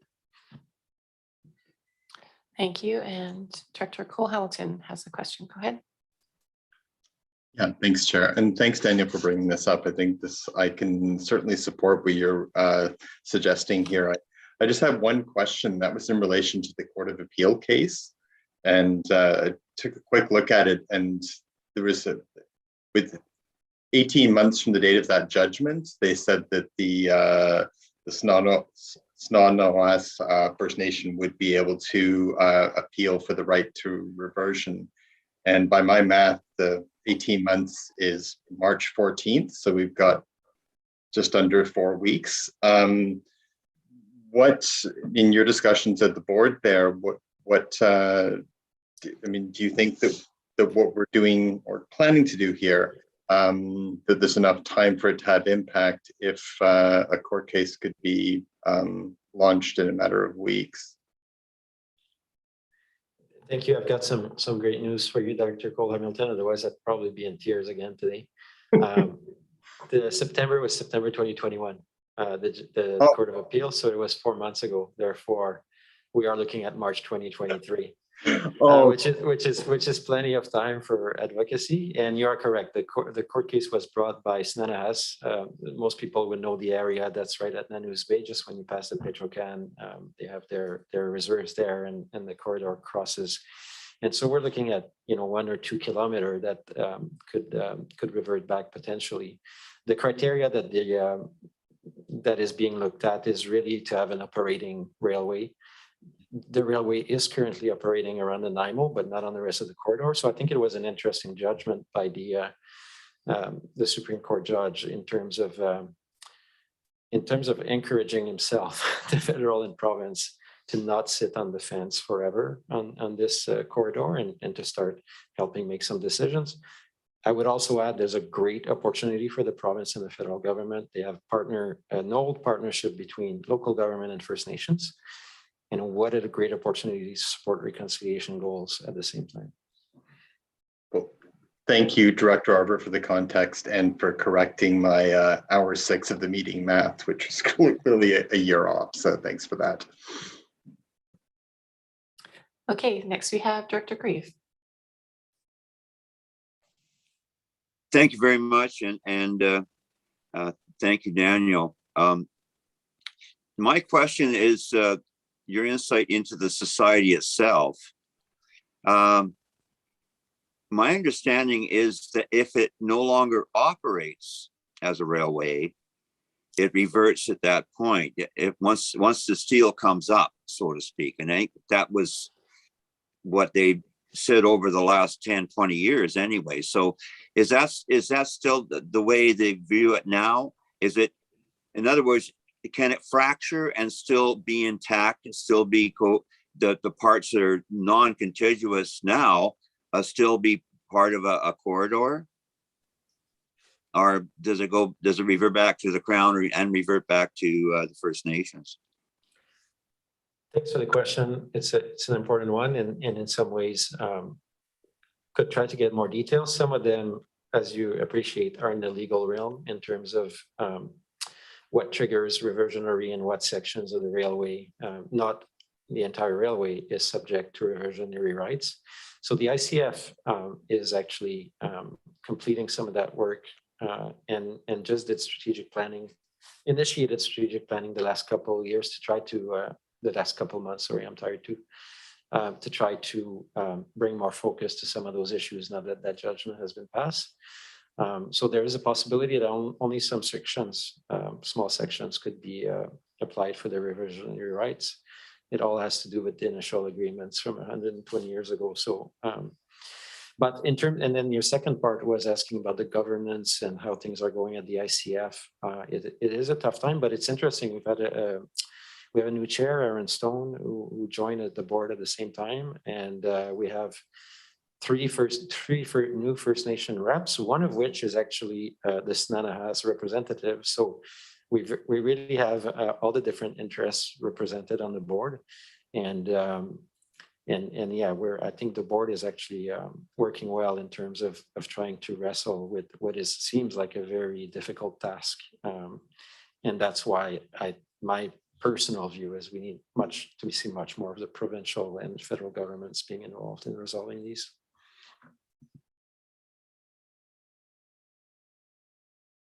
Okay, thank you. I don't see any further hands. Oh, yes, Director Hillian. Thanks, Chair. I'm just wondering if staff has any comment on just how much is involved in digging into this issue in terms of providing a report to us by July. The resolution is proposed is something that Director Arbor consulted with us on, and is very reasonable. So, yeah. Okay, thanks very much. I'll certainly support it. I think that there's a lot of people in our community who would like to see some type of resolution to this one way or the other. And I can't think of any good reason why nearly $400,000 should be sitting there without us at least doing an examination of the situation. Thanks.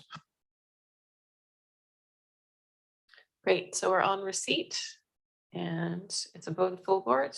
Anyone opposed to receipt? Hearing and seeing none, that's carried, and there's a requested action. Grant and Hamir. And again, it's a vote full board. Anyone opposed? Hearing and seeing none, that's carried unanimously. Thank you. That brings us to the end of the meeting.